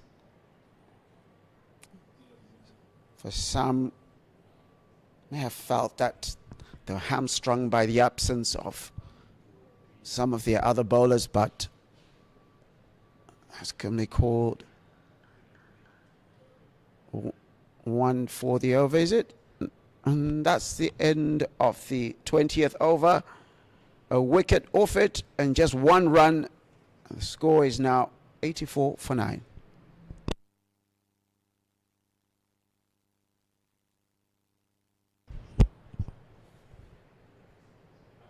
Just to give you another update as the players change over, the Zimbabwe have gone on to 164 for 2 after 59.2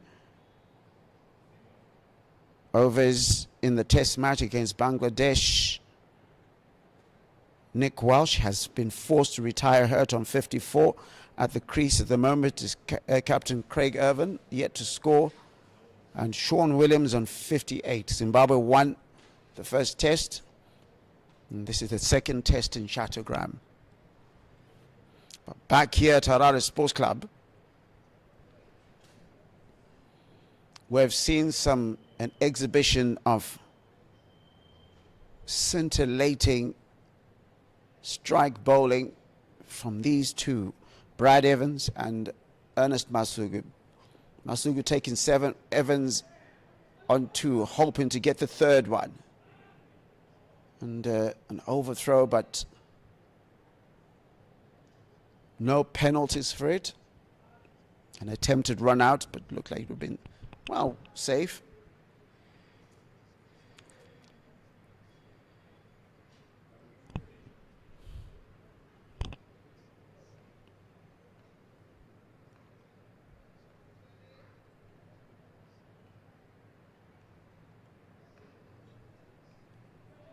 It's a wonderful morning to come and watch cricket. Just going through probably my 5th cup of coffee. Not sure how healthy that is.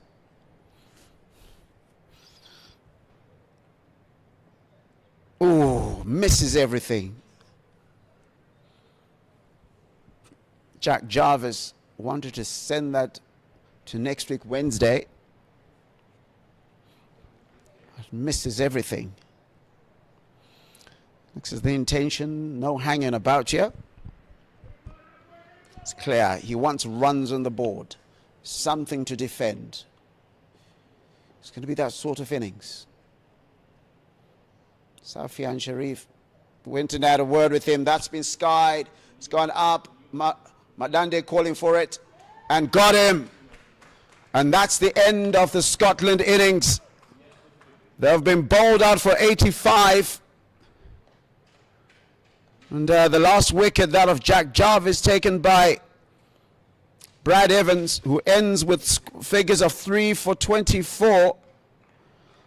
On the other end, Ernest Masuku returning his career best figures of 7 for 35. But before I go through the lineup of what's happened throughout this, in as far as this match is concerned, so wait for the scorecard to get onto the screen. In the morning today, Zimbabwe A won the toss and opted to field under overcast conditions. Made 3 changes, I beg your pardon. Kupakwasha Muradzi came in. So did Tashingam Sekiwa and Tadiwanashi Marumani. Out were Timison Maruma, Kian Blichner and Antam Nakvi. Nakvi, the hero of Saturday, even within a losing cause, scoring that 158. Not able to play today. And the applause downstairs, effusive as it is, for Ernest Masuku. Returning figures, incredible figures of 7 for 34, just 35, just going through the Scotland batting card. Only 3 players were able to get to double figures. Top scorer Michael Leask, 29 of 35. Mark Watt tried his level best, 16 of 28. Jack Jarvis, 14 of 15. Not much else in the batting scorecard, but it is Ernest Masuku who will take the plaudits this morning, taking 7 for 35. And Brad Evans, 3 for 24. So in 20.3 overs, Scotland have been bowled out for 85 runs. We'll take a break, and after the appropriate break, we'll be back with the Zimbabwe response.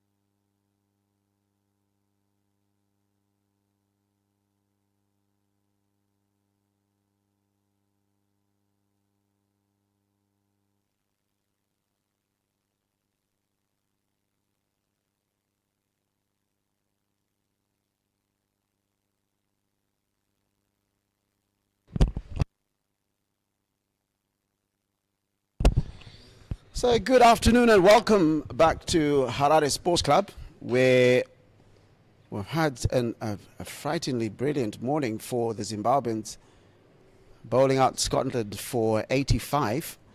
Then an incredible performance from Ernest Masuku, who took 7 for 35, and Brad Evans, who took 3 for 24. So all the wickets, best figures for Ernest Masuku. And we're now into the reply, and for the reply I'm joined by Tinashe Chimbambu. Good afternoon, Larry. Good afternoon, viewers. It is a gloomy day at Harare Sports Club where the bowlers have been able to use the overhead conditions and a little bit of assistance from the wicket.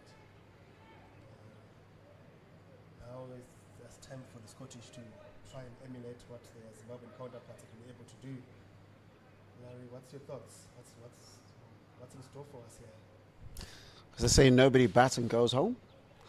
What Ernest Masuku was able to do is keep a good line and length and get the delivery to move late away from both the right-handers and the left-handers.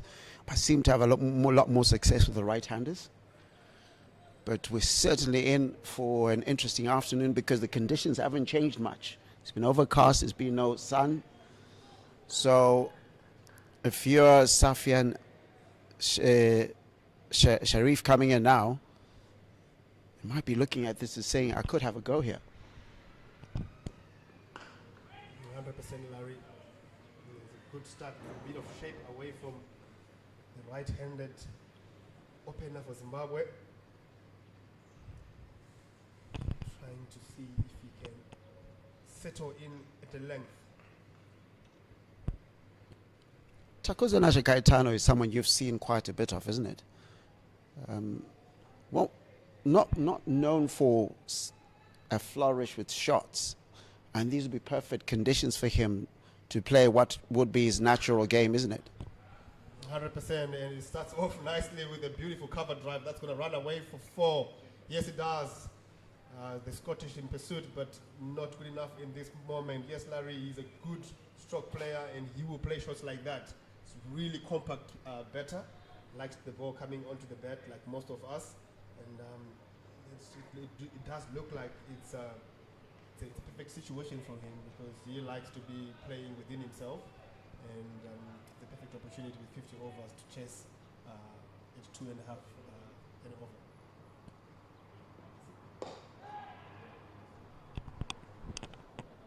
Bit of air given in that one, but nothing to scare the Zimbabweans because it was placed very well in the gap, wasn't it? And then the young man facing right now, I saw him during the under-19 tour. That was when Ireland came through last month to play 5 youth ODIs. It was this month, actually. So much cricket, you're thinking it's last month. So, Kupakwashe Muradzi. It's another stroke player. It's not able to hit 4s and 6s, but not his stock. Top talent, Larry. Top talent. We do turn out together for club, and it wasn't a very good day for him yesterday. He got a stinker of a decision. But yes, he had a wonderful youth series against the Irish, and this is his reward, just getting a nod ahead of some senior players. But it's something that you like to see. Beautiful delivery. And he ends the over. After the first over, Zimbabwe 5 for no loss.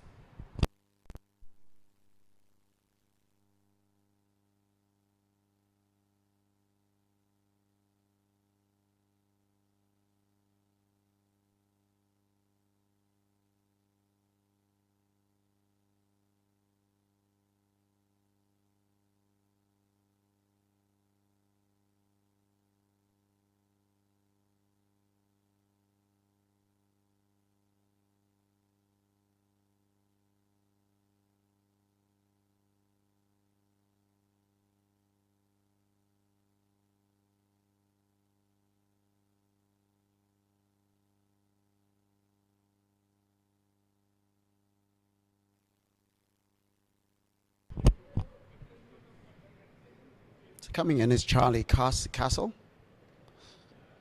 And after bowl again. Oh, no, that's not given. All right, so it's a good delivery to start off for Charlie Castle. Remember early on, Scotland only able to amass 85 runs. Bowled out in 20.3 overs. And for Zimbabweans, on paper, should be able to chase the score down. The required run rate is 1.66, and this is for a team that's going at 3.75. But you have to earn every run at this level of cricket. More often than not, you're not going to get freebies.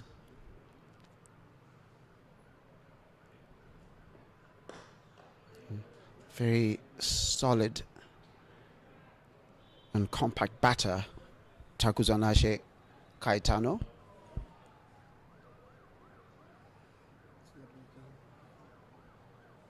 As looking at the field setting, very vocal. The Zimbabweans could be capable of a collapse. The Zimbabweans could be capable of a collapse. There's a shout there, but umpire not interested. Yeah, leg by signaled. So possibly drifting down to the leg side.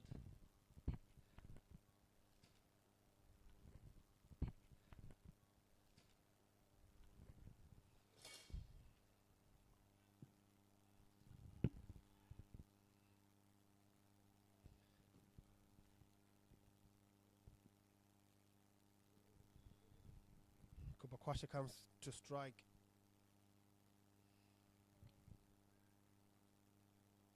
Foolish wide, left alone. End of the second. Zimbabwe 6 for no loss.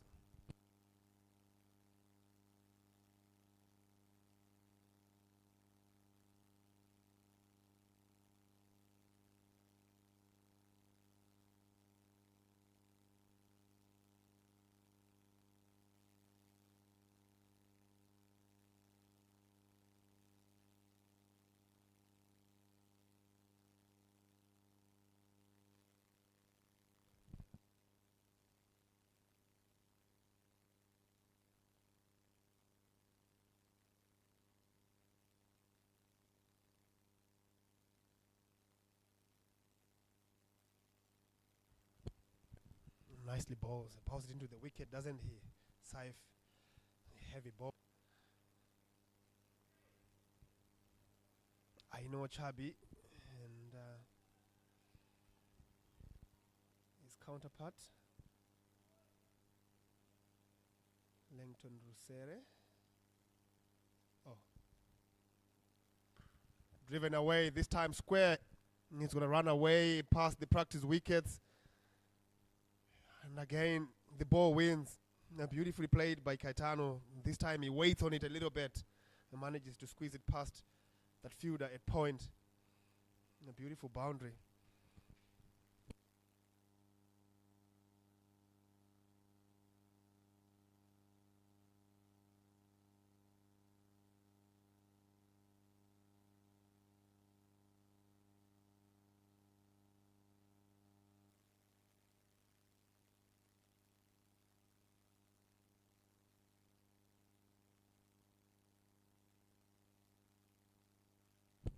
Nicely bowled. This time a bit straighter. Kaitano nudges it down to fine leg for a single. And brings Kupakwashe back to strike. And the Scottish will be thinking we want to bowl a lot more to Kupakwashe for obvious reasons. Youngster, Kaitano with a little bit more experience, a couple of test matches behind his back, so he will be used to this kind of pace, these kind of conditions, and his defenses will be much better and more tested. Just like that, that's the inexperience we're speaking about. Kupakwashe will always give you a little bit of hope if you're a bowler and you just dart it into the right areas. They're just drawing him into a forced drive.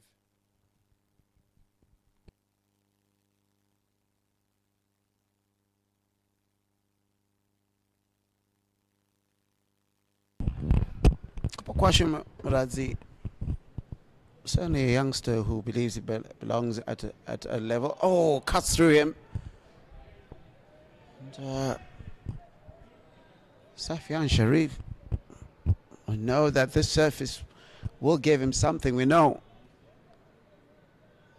a huge amount of those wickets came from this side. 7 of the wickets that fell today fell from the golf course end. So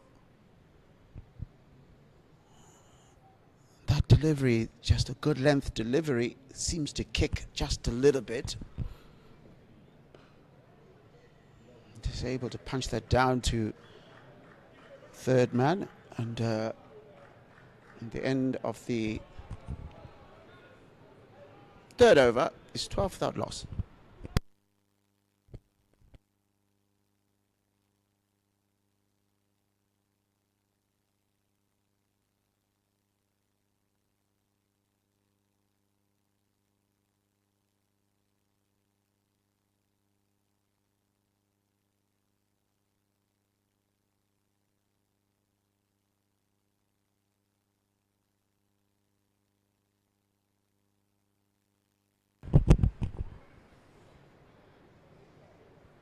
Charlie Castle to continue from the city end.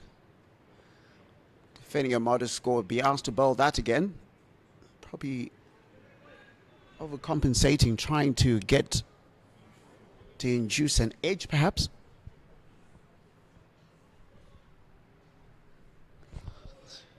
As Zimbabweans defending a modest targeting a modest total of 85. 86 is what they need to reach. Witnessed some devastating bowling this morning, and Scotland will be hoping some of that is replicated by their own side. Kupakwashe Muradzi, just the single that he has to his name at the moment. But what they'll say when it comes to his List A career, he's already got a run.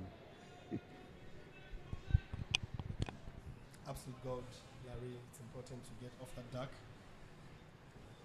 Shakes off a few nerves. And that drive that he just played there, presenting a full face to the ball, will give him a lot of confidence. Confidence he gets, and he swings at that one, doesn't get any contact. The inexperience we speak about, Larry, it's something that the Zimbabwean counterparts, the Zimbabwean administration will be having headaches about, because that's been the Achilles heel of the system, really.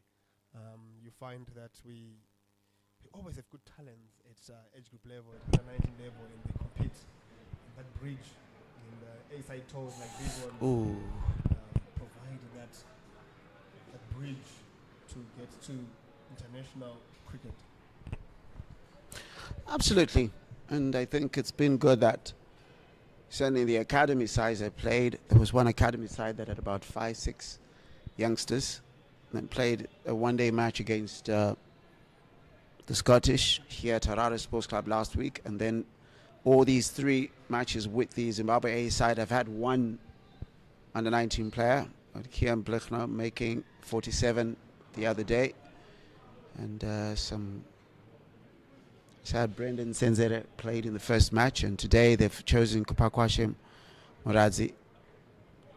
And you quite rightly said, when you looked at the performances in the Under-19 World Cup last year, you could see that the youngsters were somewhat undercooked, so not able to deal with some of the Under-19 counterparts in other countries who are playing cricket against men, as they would say. And that is a beautiful cover drive from Takuzanashe Kaitano. That's the one that after you hit it, I've seen you play with one of those shots. You stay in that position. Is it you admiring your shot? Are you admiring the ball? What will be happening? It's a long story, Larry. You don't want betters to start about those poses, but it's important to, as a young man, as a young player, to stay in the shot for much longer. The usual situation is scuffing at the ball and already moving away from the shot. That one is left alone and ends the over. After 4 overs, Zimbabwe 18 without loss.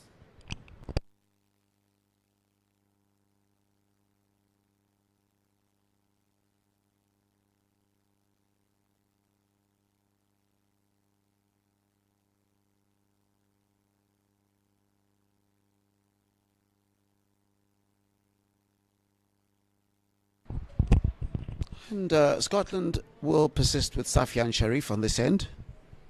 One of the 4 changes that Scotland made to the team that brought us a spectacle on Saturday. 687 runs scored in 100 overs the day before yesterday. And Scotland just edging that by 7 runs. It was a thriller of all sorts, had all the drama that you want. And one of those matches which make you realize why 50 over cricket is still a much desired format among proponents. Safian Sharif now bowling again to Kupakashika, but ooh, that just moved away, didn't it? That's the length that he wants to bowl.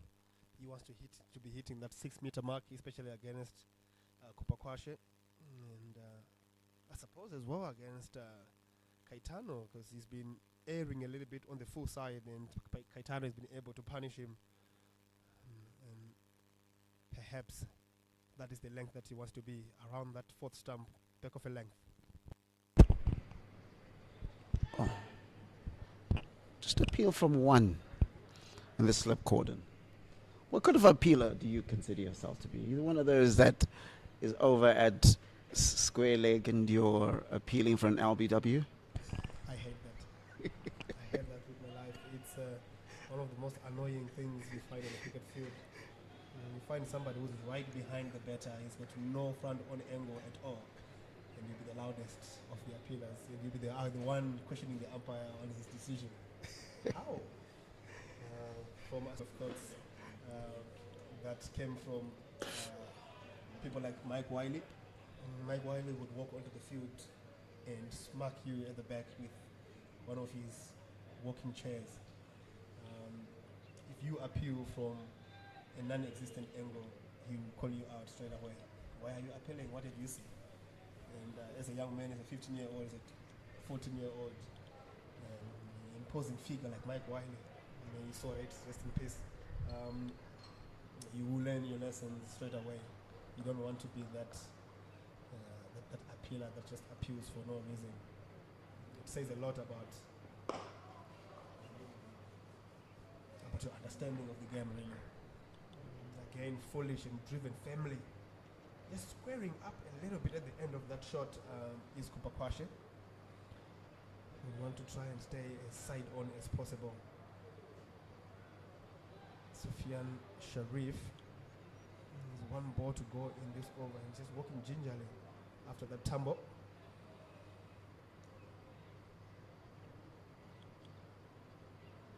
I mean, well, cricketers, a lot of cricketers tell you that 90% of the time walking around with a niggle of some sort. Maybe 87%, not 90. I'm erring towards 90. I'm erring towards 90. I'm looking back at my cricket and thinking, when last did I play with full fitness? Yeah, that's probably in primary school where we're still using plastic balls. As soon as you get to the hard stuff, there's niggles all over. End of the 5th over, Zimbabwe A, 18 for no loss.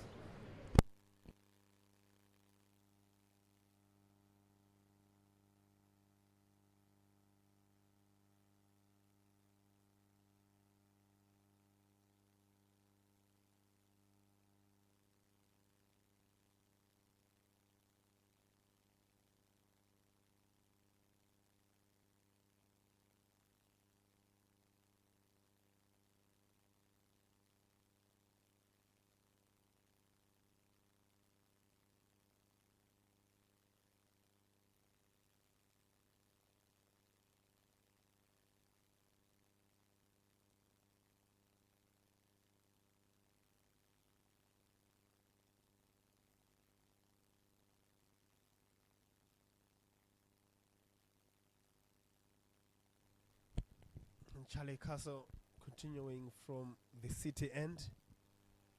Starts right on the money. That straightish line, that's where you want to be bowling to Kaitano. Just making sure that whenever he makes a mistake, you're in and around that fourth stump.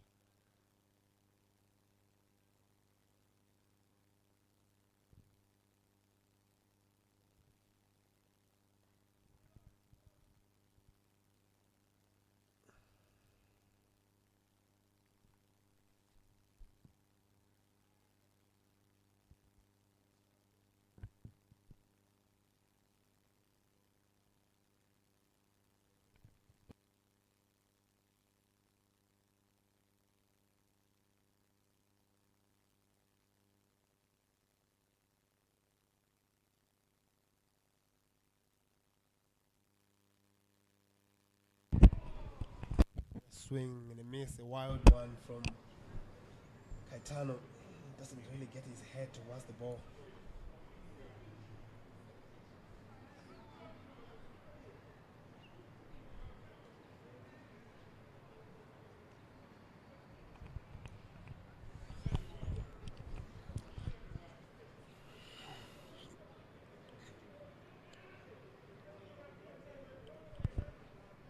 Again, I said earlier, sort of the perfect position for both Kaitano. Look at that shot. What a shot. The third boundary that is hit as a cover drive. Seems to really enjoy those. Long half volley, Larry. And as a top order batter of Kaitano's caliber, you want to be putting those away. And it's an absolute gift. And that has prompted the captain to tinker a little bit with the field. He's going to beef up that cover region. But I tell you what, Larry, no matter how many people you put in there, if you keep bowling long half volleys like that, it won't make a difference. Much better length, a lot straighter. As I was alluding to in the previous over, you want to be bowling at the stumps against Kaitano, in and around that third and fourth stump. Just get the wickets into contention.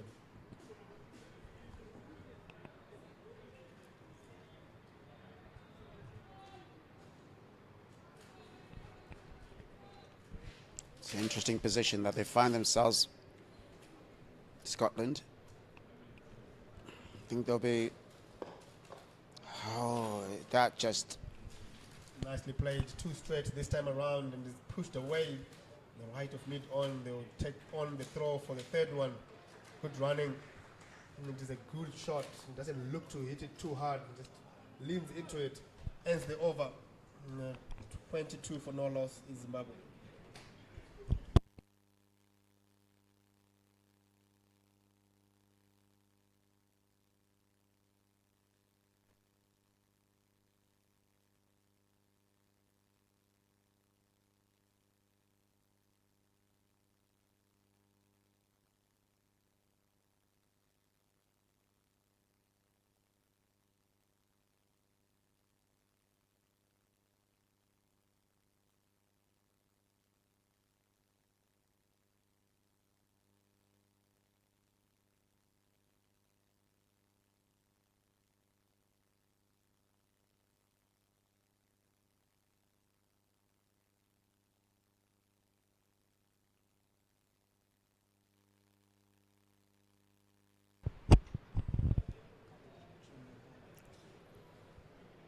Jack Jarvis comes in.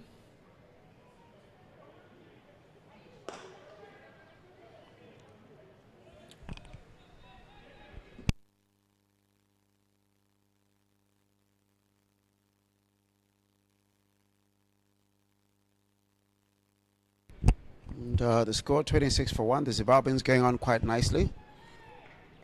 6.1 overs have been bowled so far. If you want to get an update on all the action, the women's game, well, we were playing yesterday, but giving you updates at the end of this over. What else is happening? And that's gone. Kupa Kwasha Muradzi goes fishing, plays well away from his body, and then edges that to own gold. Gets his first catch. And what is his List A debut? Yeah, absolutely a good delivery from Jarvis, coming in and hitting that back of a length, and the inexperience of Kupakwashe Muradzi just showing there, chasing after that one and only managing to get a flick to the keeper who takes a good catch. Zimbabwe 26 rather for 1.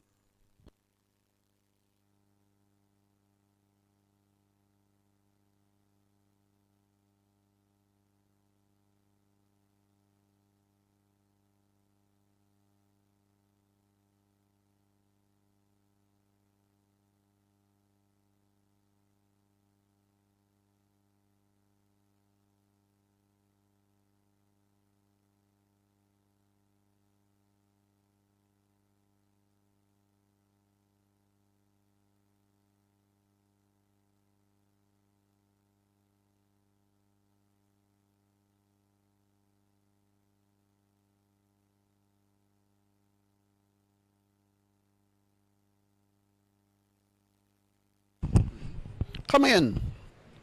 Tadiwanashe Marumani. Normally plays as an opener, coming in number 3. One of the 3 changes I talked about earlier. And let's give you an update. Zimbabwe playing a test match against Bangladesh. The score is now 187 for 4. Sean Williams and Craig Irvin are out, but in the middle of Wesley Madere with 8. And Tafadzwa Tsiga with 1. 75.2 overs have been bowled, and Nick Welsh retired earlier, hurt. Marumani scampers through for a single. Always good to get off the mark as quickly as possible in the innings.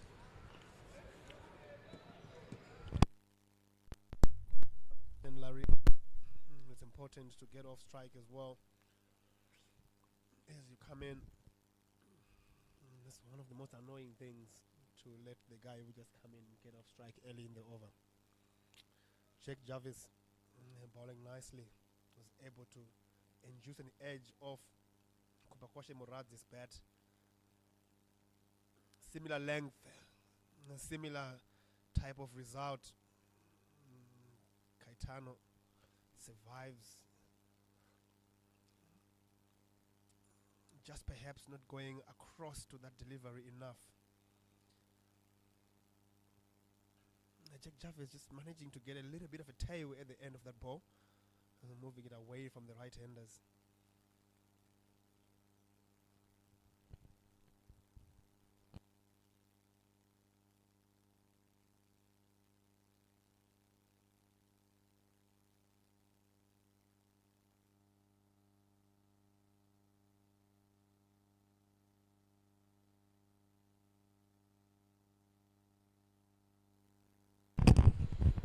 Jack Jarvis employing some of the deliveries that brought some success for the Zimbabweans earlier. Just tighter, just making sure there isn't enough room to free your hands and dispatch of those deliveries.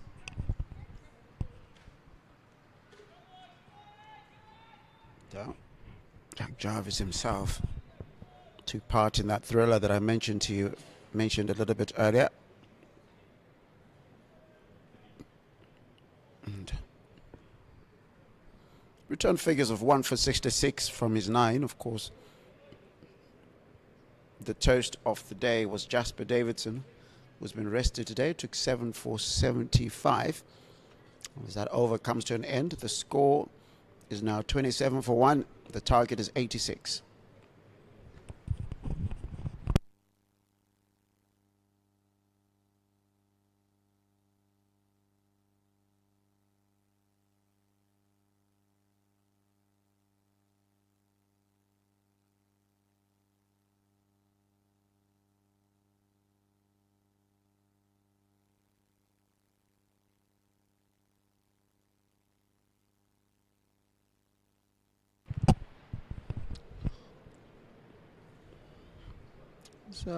Tadiwanashe Marumani stands guard. Looks as if it's Charlie Castle to continue. from the city end. And hoping for the same sort of success earlier achieved by Jack Jarvis, who got the breakthrough in this previous over. Marumani quickly gets off the mark as well. Oh, actually been off the mark. But gets runs off this batter as well. So just other cricket. There's another outbound tour. The Zimbabwe women are out in the United States of America. They've claimed the T20 series 2-0, and that one's just gone through. He's enjoying that shot, isn't he, Takusanashe Kaitano? As I said, it's not the field that needs to change, it's the bowling. It is the length that's been bowled by Charlie Castle, just erring a little bit full on this time. Kaitano, with the form that has been in the domestic arena, dispatches that with ease. I think that's the beautiful one of the lot so far. And the key now is don't give him that. I know they've packed that field in the cover region and so forth, but that is banking on the fact that he makes a mistake. So it's almost putting a field set, hoping that he miscues the shot, but he hasn't given an indication of that happening anytime soon.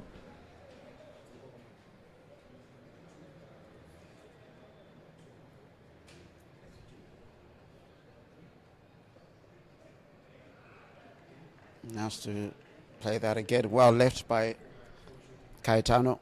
I suppose if you're not a pull off the shot, you might as well leave it. No, famously, Brendan Taylor was a man who started using the ramp shot a lot more because couldn't pull to save his life.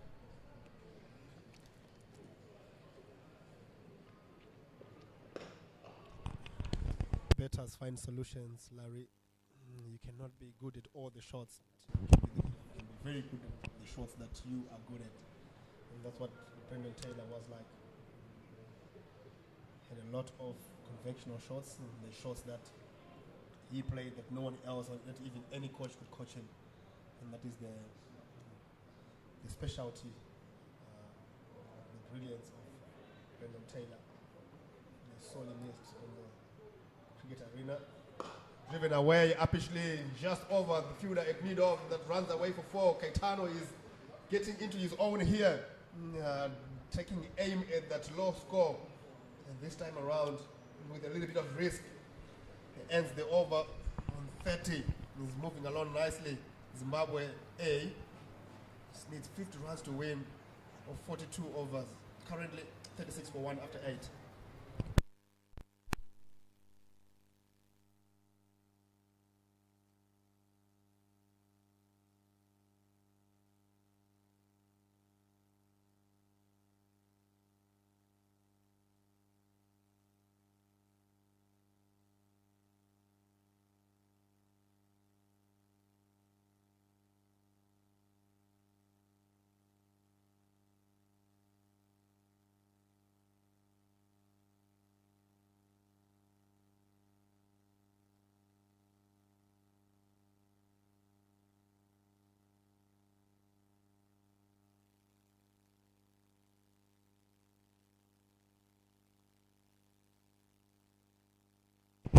A no ball and a free hit.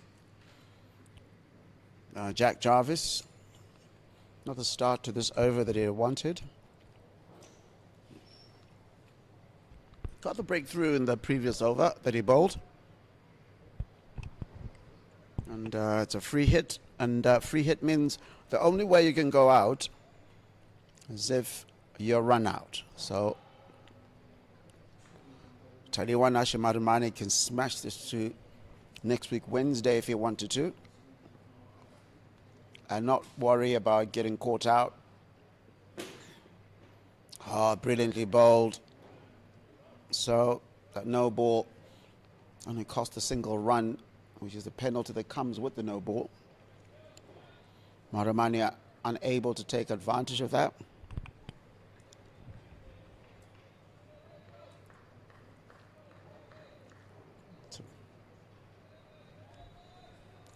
Still a lot of calling from the field.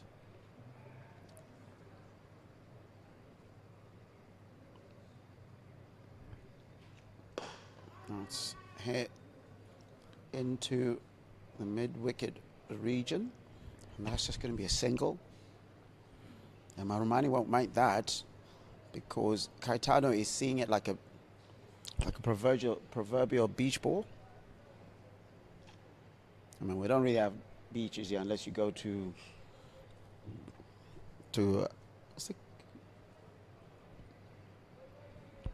Karibo, a place that needs. When I think of it, I'll tell you just now.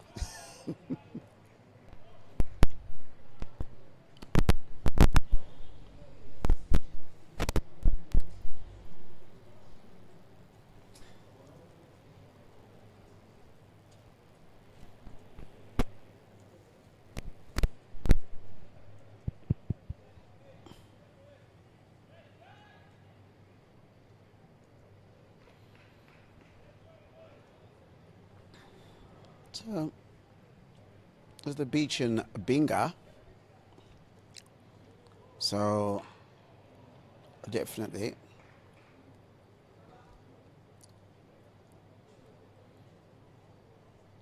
So you'd be taking a beach ball too if you were in Zimbabwe. Remember that Zimbabwe are playing this match as part of getting as many of their players experience at a higher level. So I'm very thankful to Zimbabwe Cricket that they're able to get Zimbabwe A players busy with this level of cricket. The score is now 39 for 1. Driven to point, not much of a penalty there, so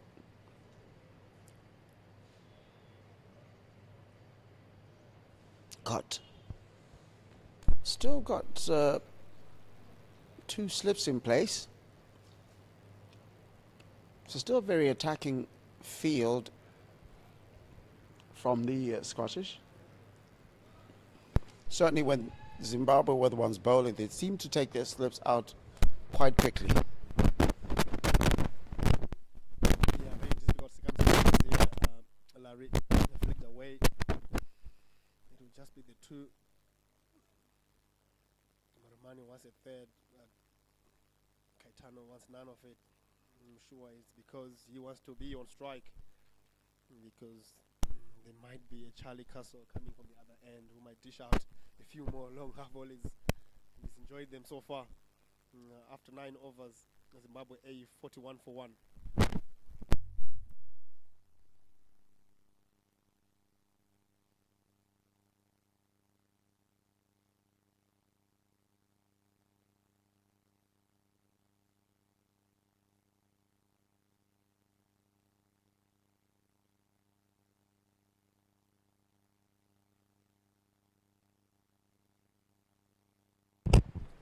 A bowling change from Scotland. It's introducing some spin. And Michael Leask, it seems, is the one who's coming in. Zimbabwe only used 1 over of spin in the 20.3 that they bowled. So looking for a different pace. And an almost similar result for Kaitano. Doesn't quite make it to the boundary, but gently pushes that past cover, and they're able to run back for 2. So what do you think of this bowling change? I think the 2 batters that are out there love the ball coming to the bat. They love pace. Marumani in particular, and Kaitano is the guy who opens at the top of the order. He's always facing pacers. And in a match situation like this where all hope seems gone for the Scottish, maybe a change of pace, change of ideas this time around coming from the arm of Leask of spinners. Nudge down for one, down to long on. Brings the matchup that they will be dreaming of. Marumani just coming in, first 7 deliveries so far.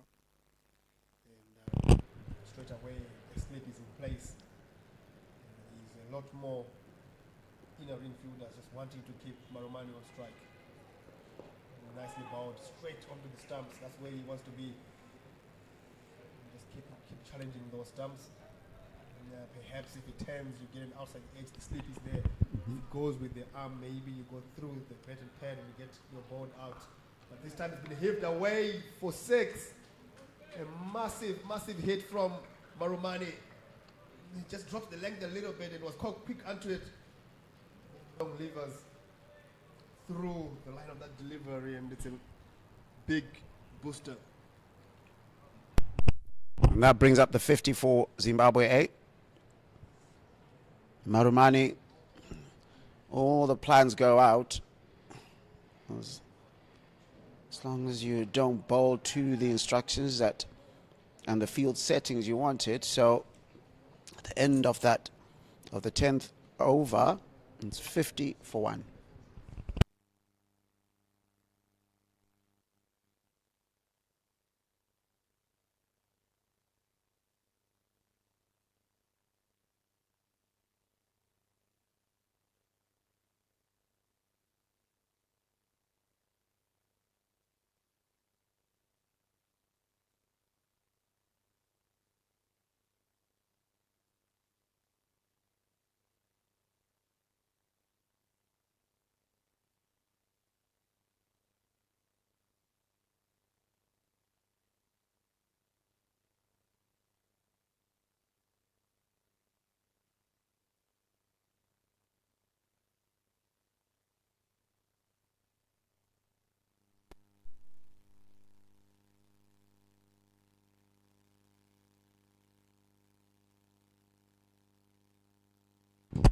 Jack Jarvis continues from the city end, and that is hit down. A straight drive by Kaitano, and it goes away to a boundary, and he's going at a canter. It's on 38 off 35. A rate at which we don't see him often. Yeah, it's a perfect case of not learning from what's been happening in the match, really. I think Kaitano has looked very good to anything that aired towards being full. And it's a little bit of a struggle against those back of a length deliveries. Nicely bowled, much better this time. Pulls back the length by a couple of yards. I think he will need to do that a lot against Kaitano. Anything full, he has been punished really to the boundary. His 7th boundary, a straight drive. You'll get a lot of confidence from that. It's one of the most difficult cricket shots to play. If you can play that, it means you're in good shape.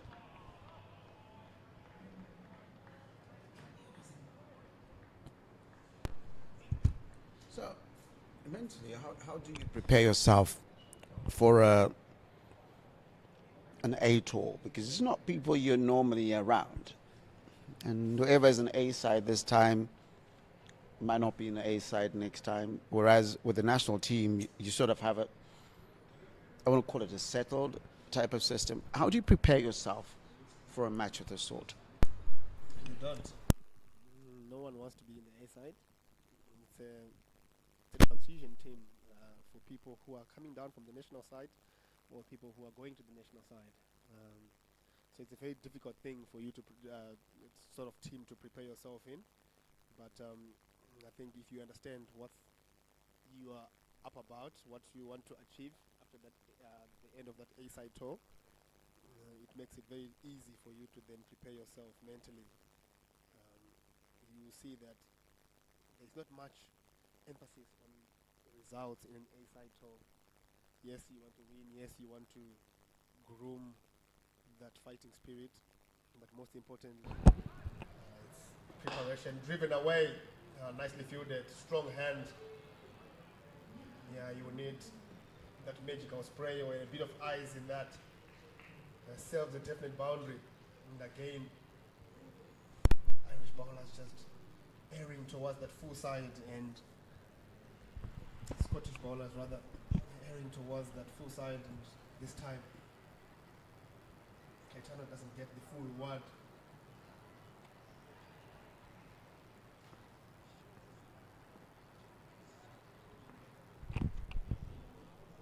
Final ball of the over. 5 runs off it so far. And Marumani powers through that. No stopping that one. All the way to the boundary, and suddenly it's on 15 off 11 balls. Just a while ago it looked as if he was struggling to scrounge around for a run. Now a 6 and a 4, and at the end of that over it is 59 for 1.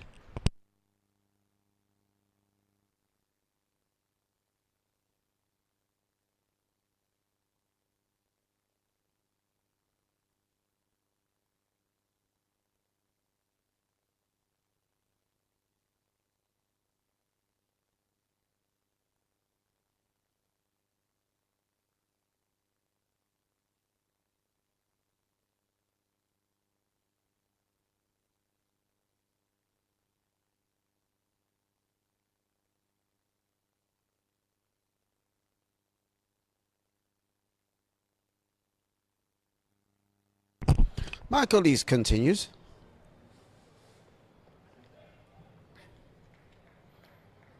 Score the Zimbabweans in 59 for 1. Just need 27 runs off a bag of overs.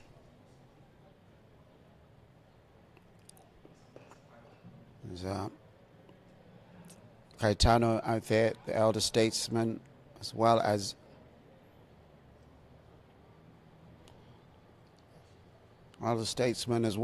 a player with much bigger reputation than those around him. He's being asked to do a job here. As I said earlier, these are circumstances he will desire to find himself in, because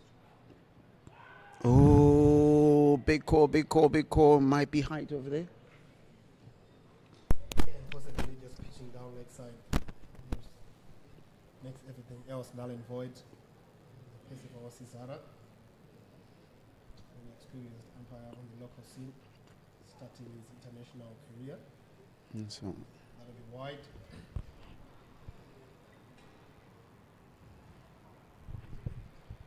First of all, Cesara, former journalist.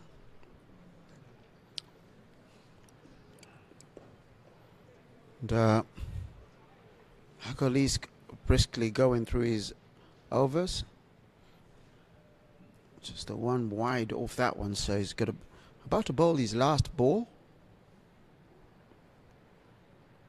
A bit of a shout for a LBW turn down, quite rightly, and Kaitano trots over to the other end to ensure that he faces the next delivery. So at the end of the 12th over, it's 61 for 1.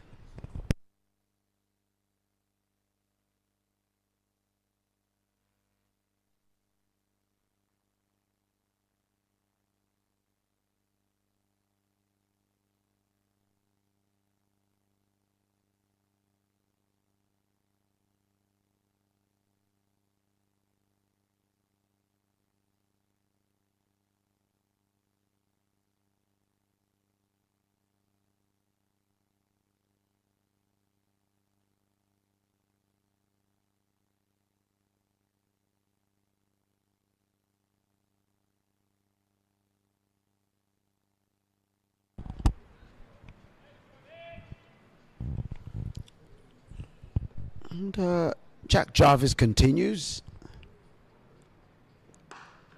And a misfield allows Takuzonashi Kaitano to run through to the other end. 41 is on now off 46 balls. Bit harsh, Larry, for a misfield. I thought the guy served a definite boundary. Diving full length to stop that one. Glass half full or half empty? 100%. 100%. Yeah, but Kaitano has been looking very good. He looked like a guy who really understands his game. He's been very dismissive, everything that has been full, and he's been somewhat circumspect to everything else, which is what you want to see at this level. Guys starting to understand their strengths and areas that they might feel vulnerable. Driven away. He's doing the basics right there. Sprinting the face on hard, expecting the fielder to make a mistake. This time around, it doesn't happen. If any youngsters watching the game right now, that is how it's done. Spring the face on hard and expect and hope that the fielder gives you an opportunity to turn around for the second. Takuzonashi Kaitano back on strike. 23 more runs to win from 37.4 overs. It's somewhat very difficult circumstance this to set up as a batsman. As you know that more often than not. Glided away down to the long length boundary. Just a little flick really. It's been adjudged as leg buys. Kaitano might have wanted that to be bat. The score runs to 67 for 1. Jack Jarvis will not be impressed with that somewhat wayward delivery. He's trying to get to his 50.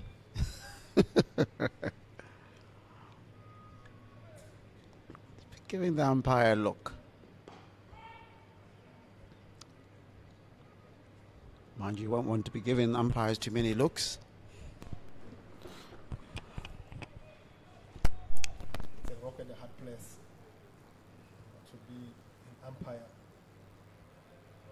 If that ball had been caught, Kaitano would be definitely saying, I had no part in that. I did not touch it at all. But because it ran away for 4, It's mine. There's no winning.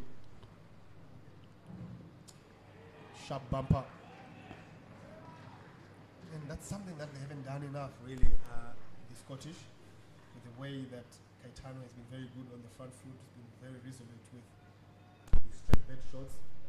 They haven't really tested anything else, and this is the first time we are seeing it. A bit of success early on in his first over against Munga, finding his edge. I would have thought they would have maybe persisted a little bit with that shortish length. What do you think, Larry? I agree. 100%. But I think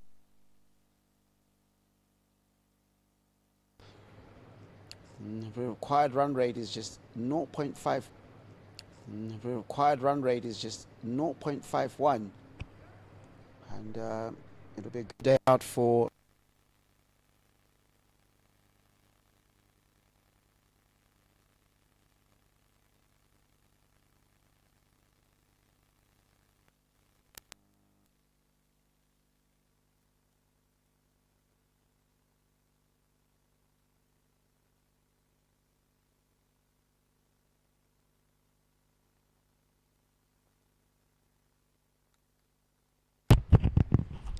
but he'll have seen enough from a couple of players to say, look,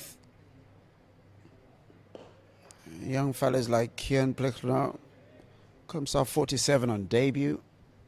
Anton Nakvi was a whirlwind for his 158. Roy Kaia showed leadership for his 72. Wasn't able to finish the job. Brad Evans has come in and taken wickets at important times. Took 3 today, took 4 in the first match. So a lot of positives for his side. The side that he's had to work with. And like you said earlier, it's tours like this where you see who needs to work on what and how to get certain players to the next level and how to get to fix certain players for players who just dropped a rung. Certainly the 7-4 from Ernest Masuku today will be the headline. So will this innings from Kaitano, who has been exemplary in the way he's played. 100%. I was just saying earlier, I wasn't able to finish that point, how difficult it is for batters to get into the right frame of mind when you're chasing a low total. Sometimes when you're chasing a low total, you struggle with finding the right sort of, maybe for lack of a better word, the right sort of momentum you want to take through. Are you going to attack? Are you going to play like you are playing a 50-over match? Are you going to play like you're setting up for a T20 match? Or better still, are you going to play normally like what we have seen Kaitano doing? They're currently on 42 or 52 deliveries, just over 80% strike rate. It's a very difficult thing to do. More often than not, you'd think it's a straightforward deal to chase a low total. But mentally, as a batter, you might find yourself lacking intent. You might find yourself having too much intent. So it's very hard to strike the balance. Coming in is Chris McBride,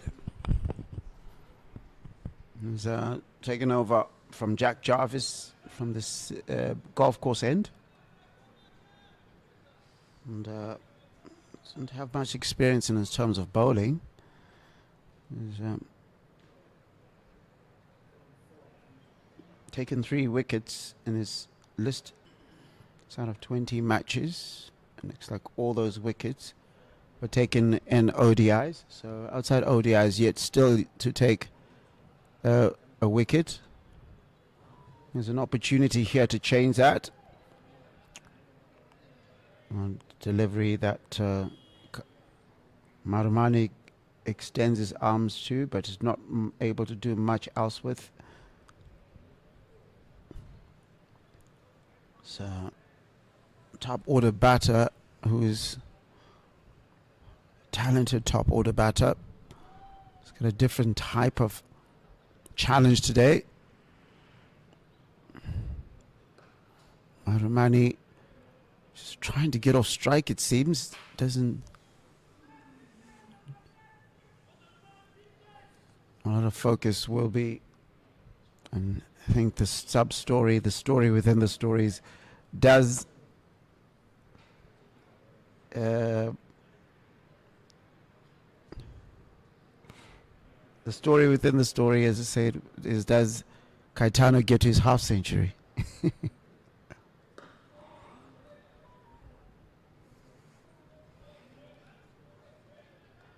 Just 15 runs required. So not much to play with. There is sufficient. Just needs 8 of those for himself, does Kaitano.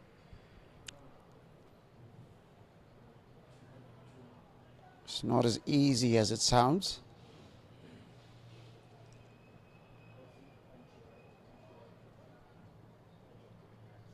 As, he's the one facing right now, facing a part-timer and Chris McBride. Ooh, and there you have it. Takuzanashe Kaitano falls short of what had been as well-deserved half-century. He lazily chops that one onto his stumps. And Chris McBride effects the breakthrough. Kaitano has to sheepishly walk back to the pavilion. 42 of 53. Very unfortunate, Larry, but it's that back of a length delivery we've been speaking about that hasn't been exploded properly, and this time around, McBride with what looked like a very half-hearted delivery, and Kaitano will rue his luck for not getting to that half century. Maybe in there is a bit of a commentator's curse, Larry. Do you think you just jinxed him there? I think if you're just going to go out, you're going to go out. You do know about the commentator's curse, right? Yes, but unless I'm speaking into your ear, if you're going to go out. It's the goats of cricket, Larry. It's the goats of cricket. You got to learn these things early, hey? You got to learn these things, and it's very unfortunate. You won't know that we were speaking about it, but you will. Might have been nerves. Get into your 40s and thinking, I've only got 8 more runs, and there are only roughly 15 more available. Marumani, being Marumani, might just hit one of those for a 6. 100%. Dion Myers is at the crease now.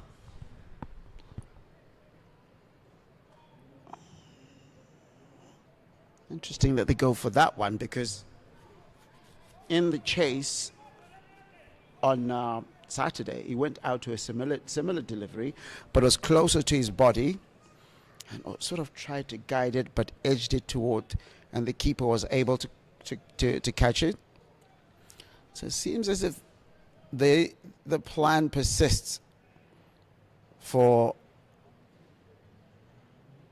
Dion Myers. Marumani uncharacteristically playing within himself, notwithstanding that he's going at roughly 95%, but known for his explosive hitting. So successful over for Scotland, the 15th over done, 72 for 2.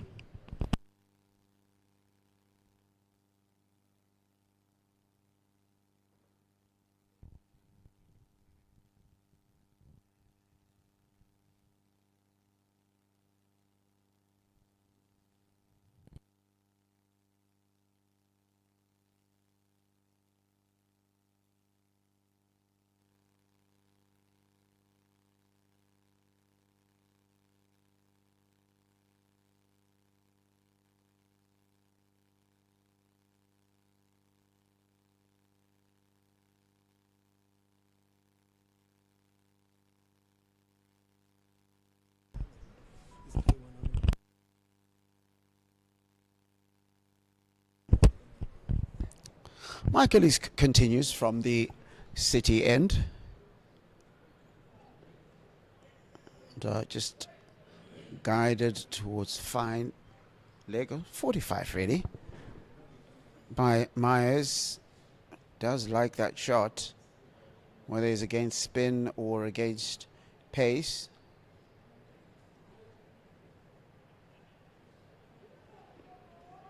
Ooh, that was close. That was close. Yeah, very well bowled into the wicket, and this time it skids on to Myers. It rushes him a little bit, but a bit of bounce saves him there. Ooh, into the ground. A bump ball, and most importantly, a dot ball. But under different circumstances, dot ball pressure will be a thing. But if you've got a whole 206 balls to get 14 runs, dot ball pressure does not factor as a thing, does it?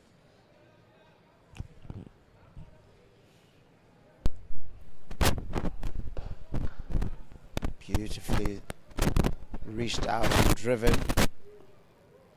Just a single. It's wide long off, comes in, gets that, and at the end of that over, it's 73 for 2.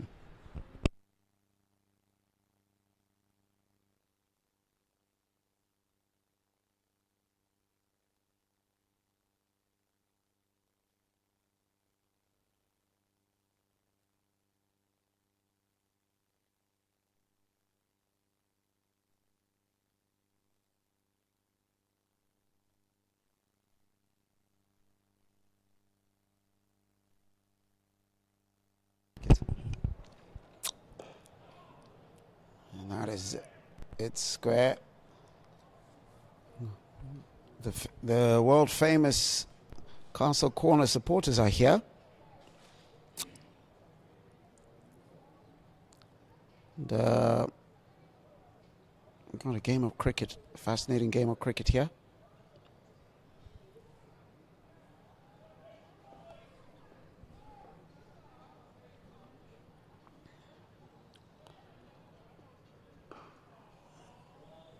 Head well into the track.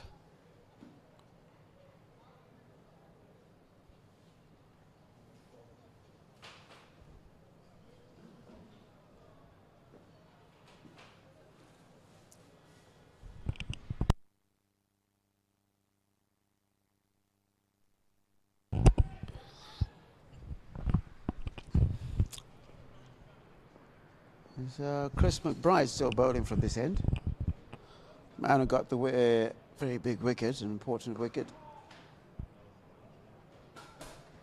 Though it seems as the horse has bolted now. Just don't see a way in which Scotland get a result from this, because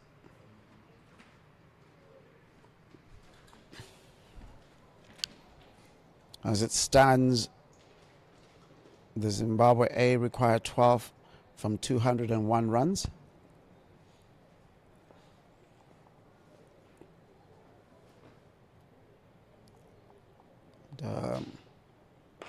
That's a shot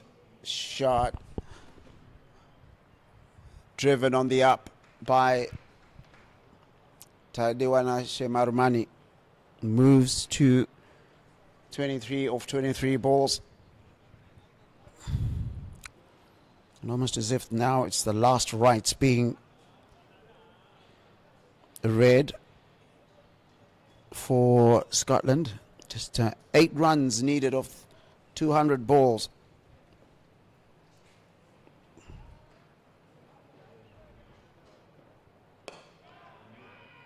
And pulled, but in a safe region.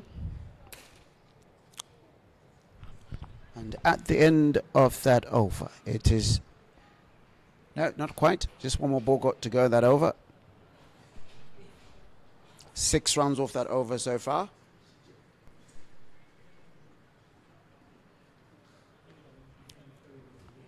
With Dion Myers, just 3 runs, 8 balls that he's faced.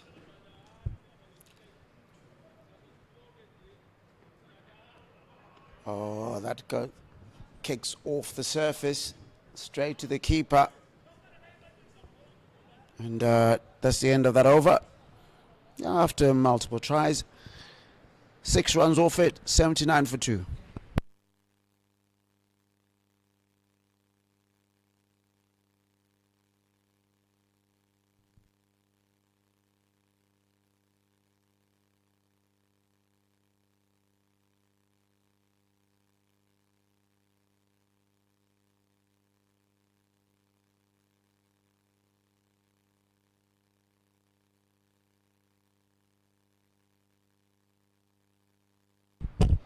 Michael Leask continues from the city end. Going at a 3.75 for his 4 overs, conceded 15 runs. Marumani has hurried into that, tried to play it late, but none given.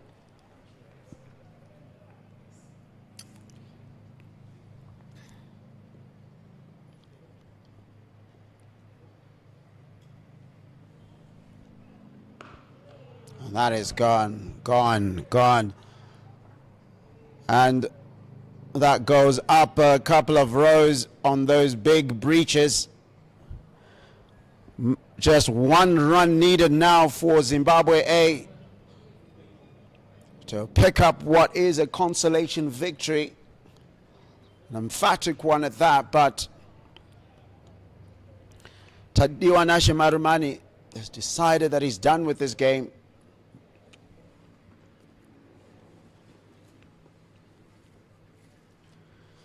Absolutely monster 6 there. Oh, dropped, but able to run for a single. All sorts of things happening as this match comes to an end. Zimbabwe A pick up a win by 8 wickets, chasing the total down in 17.3 overs. Started off with a clinical performance in the morning, a performance where the pace bowlers took all the wickets. Ernest Masuku returning career best figures of 7 for 35. And then had Brad Evans also contributing with figures of 3 for 24. And that was a monster performance from the Zimbabweans in the morning to dismiss Scotland out for 85 in just 20.3 overs. And as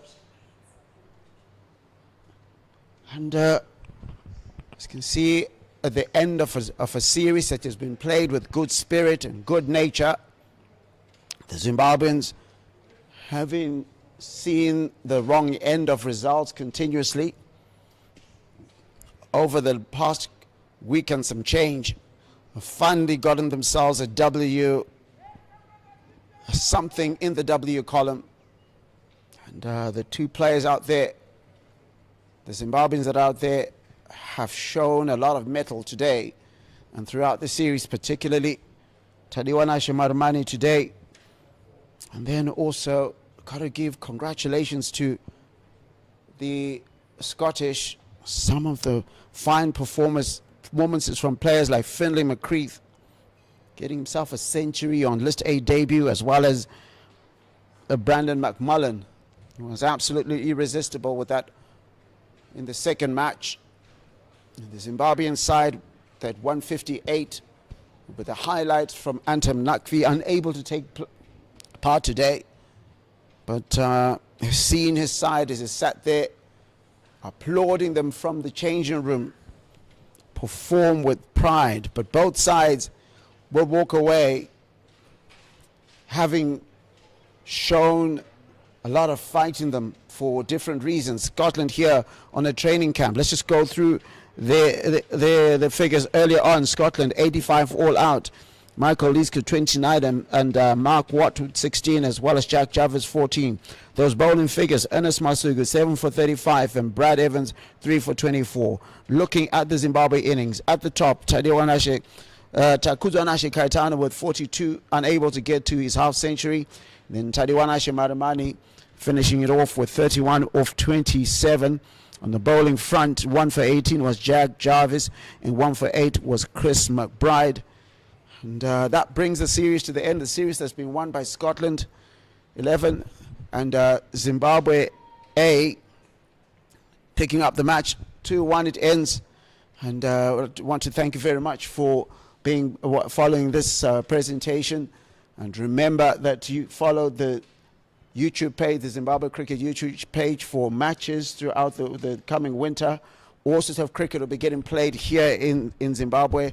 And you can also download the Zimbabwe Cricket app. The Zimbabwe Cricket app, remember, where you can get access to all sorts of cricket playing across the world. Even the test match that is being played right now, where Zimbabwe find themselves on 219 for 9 on the first day of the test. Also the women's outbound tour that is in the United States. And they've just won their first 2 T20s. The second T20 is tomorrow. You can follow ball by ball coverage of all those important matches, club cricket, schools cricket, everything, all on the Zimbabwe Cricket app. Download it, whether you use the Apple iStore or Google Play Store. My name is Larry Kwidirai. And I am Tinashe Chimbambo, and it's been a pleasure bringing you the voices to the pictures that have been scintillating this morning with Zimbabwe clinching the third and final 50-over match. Thank you very much, Larry.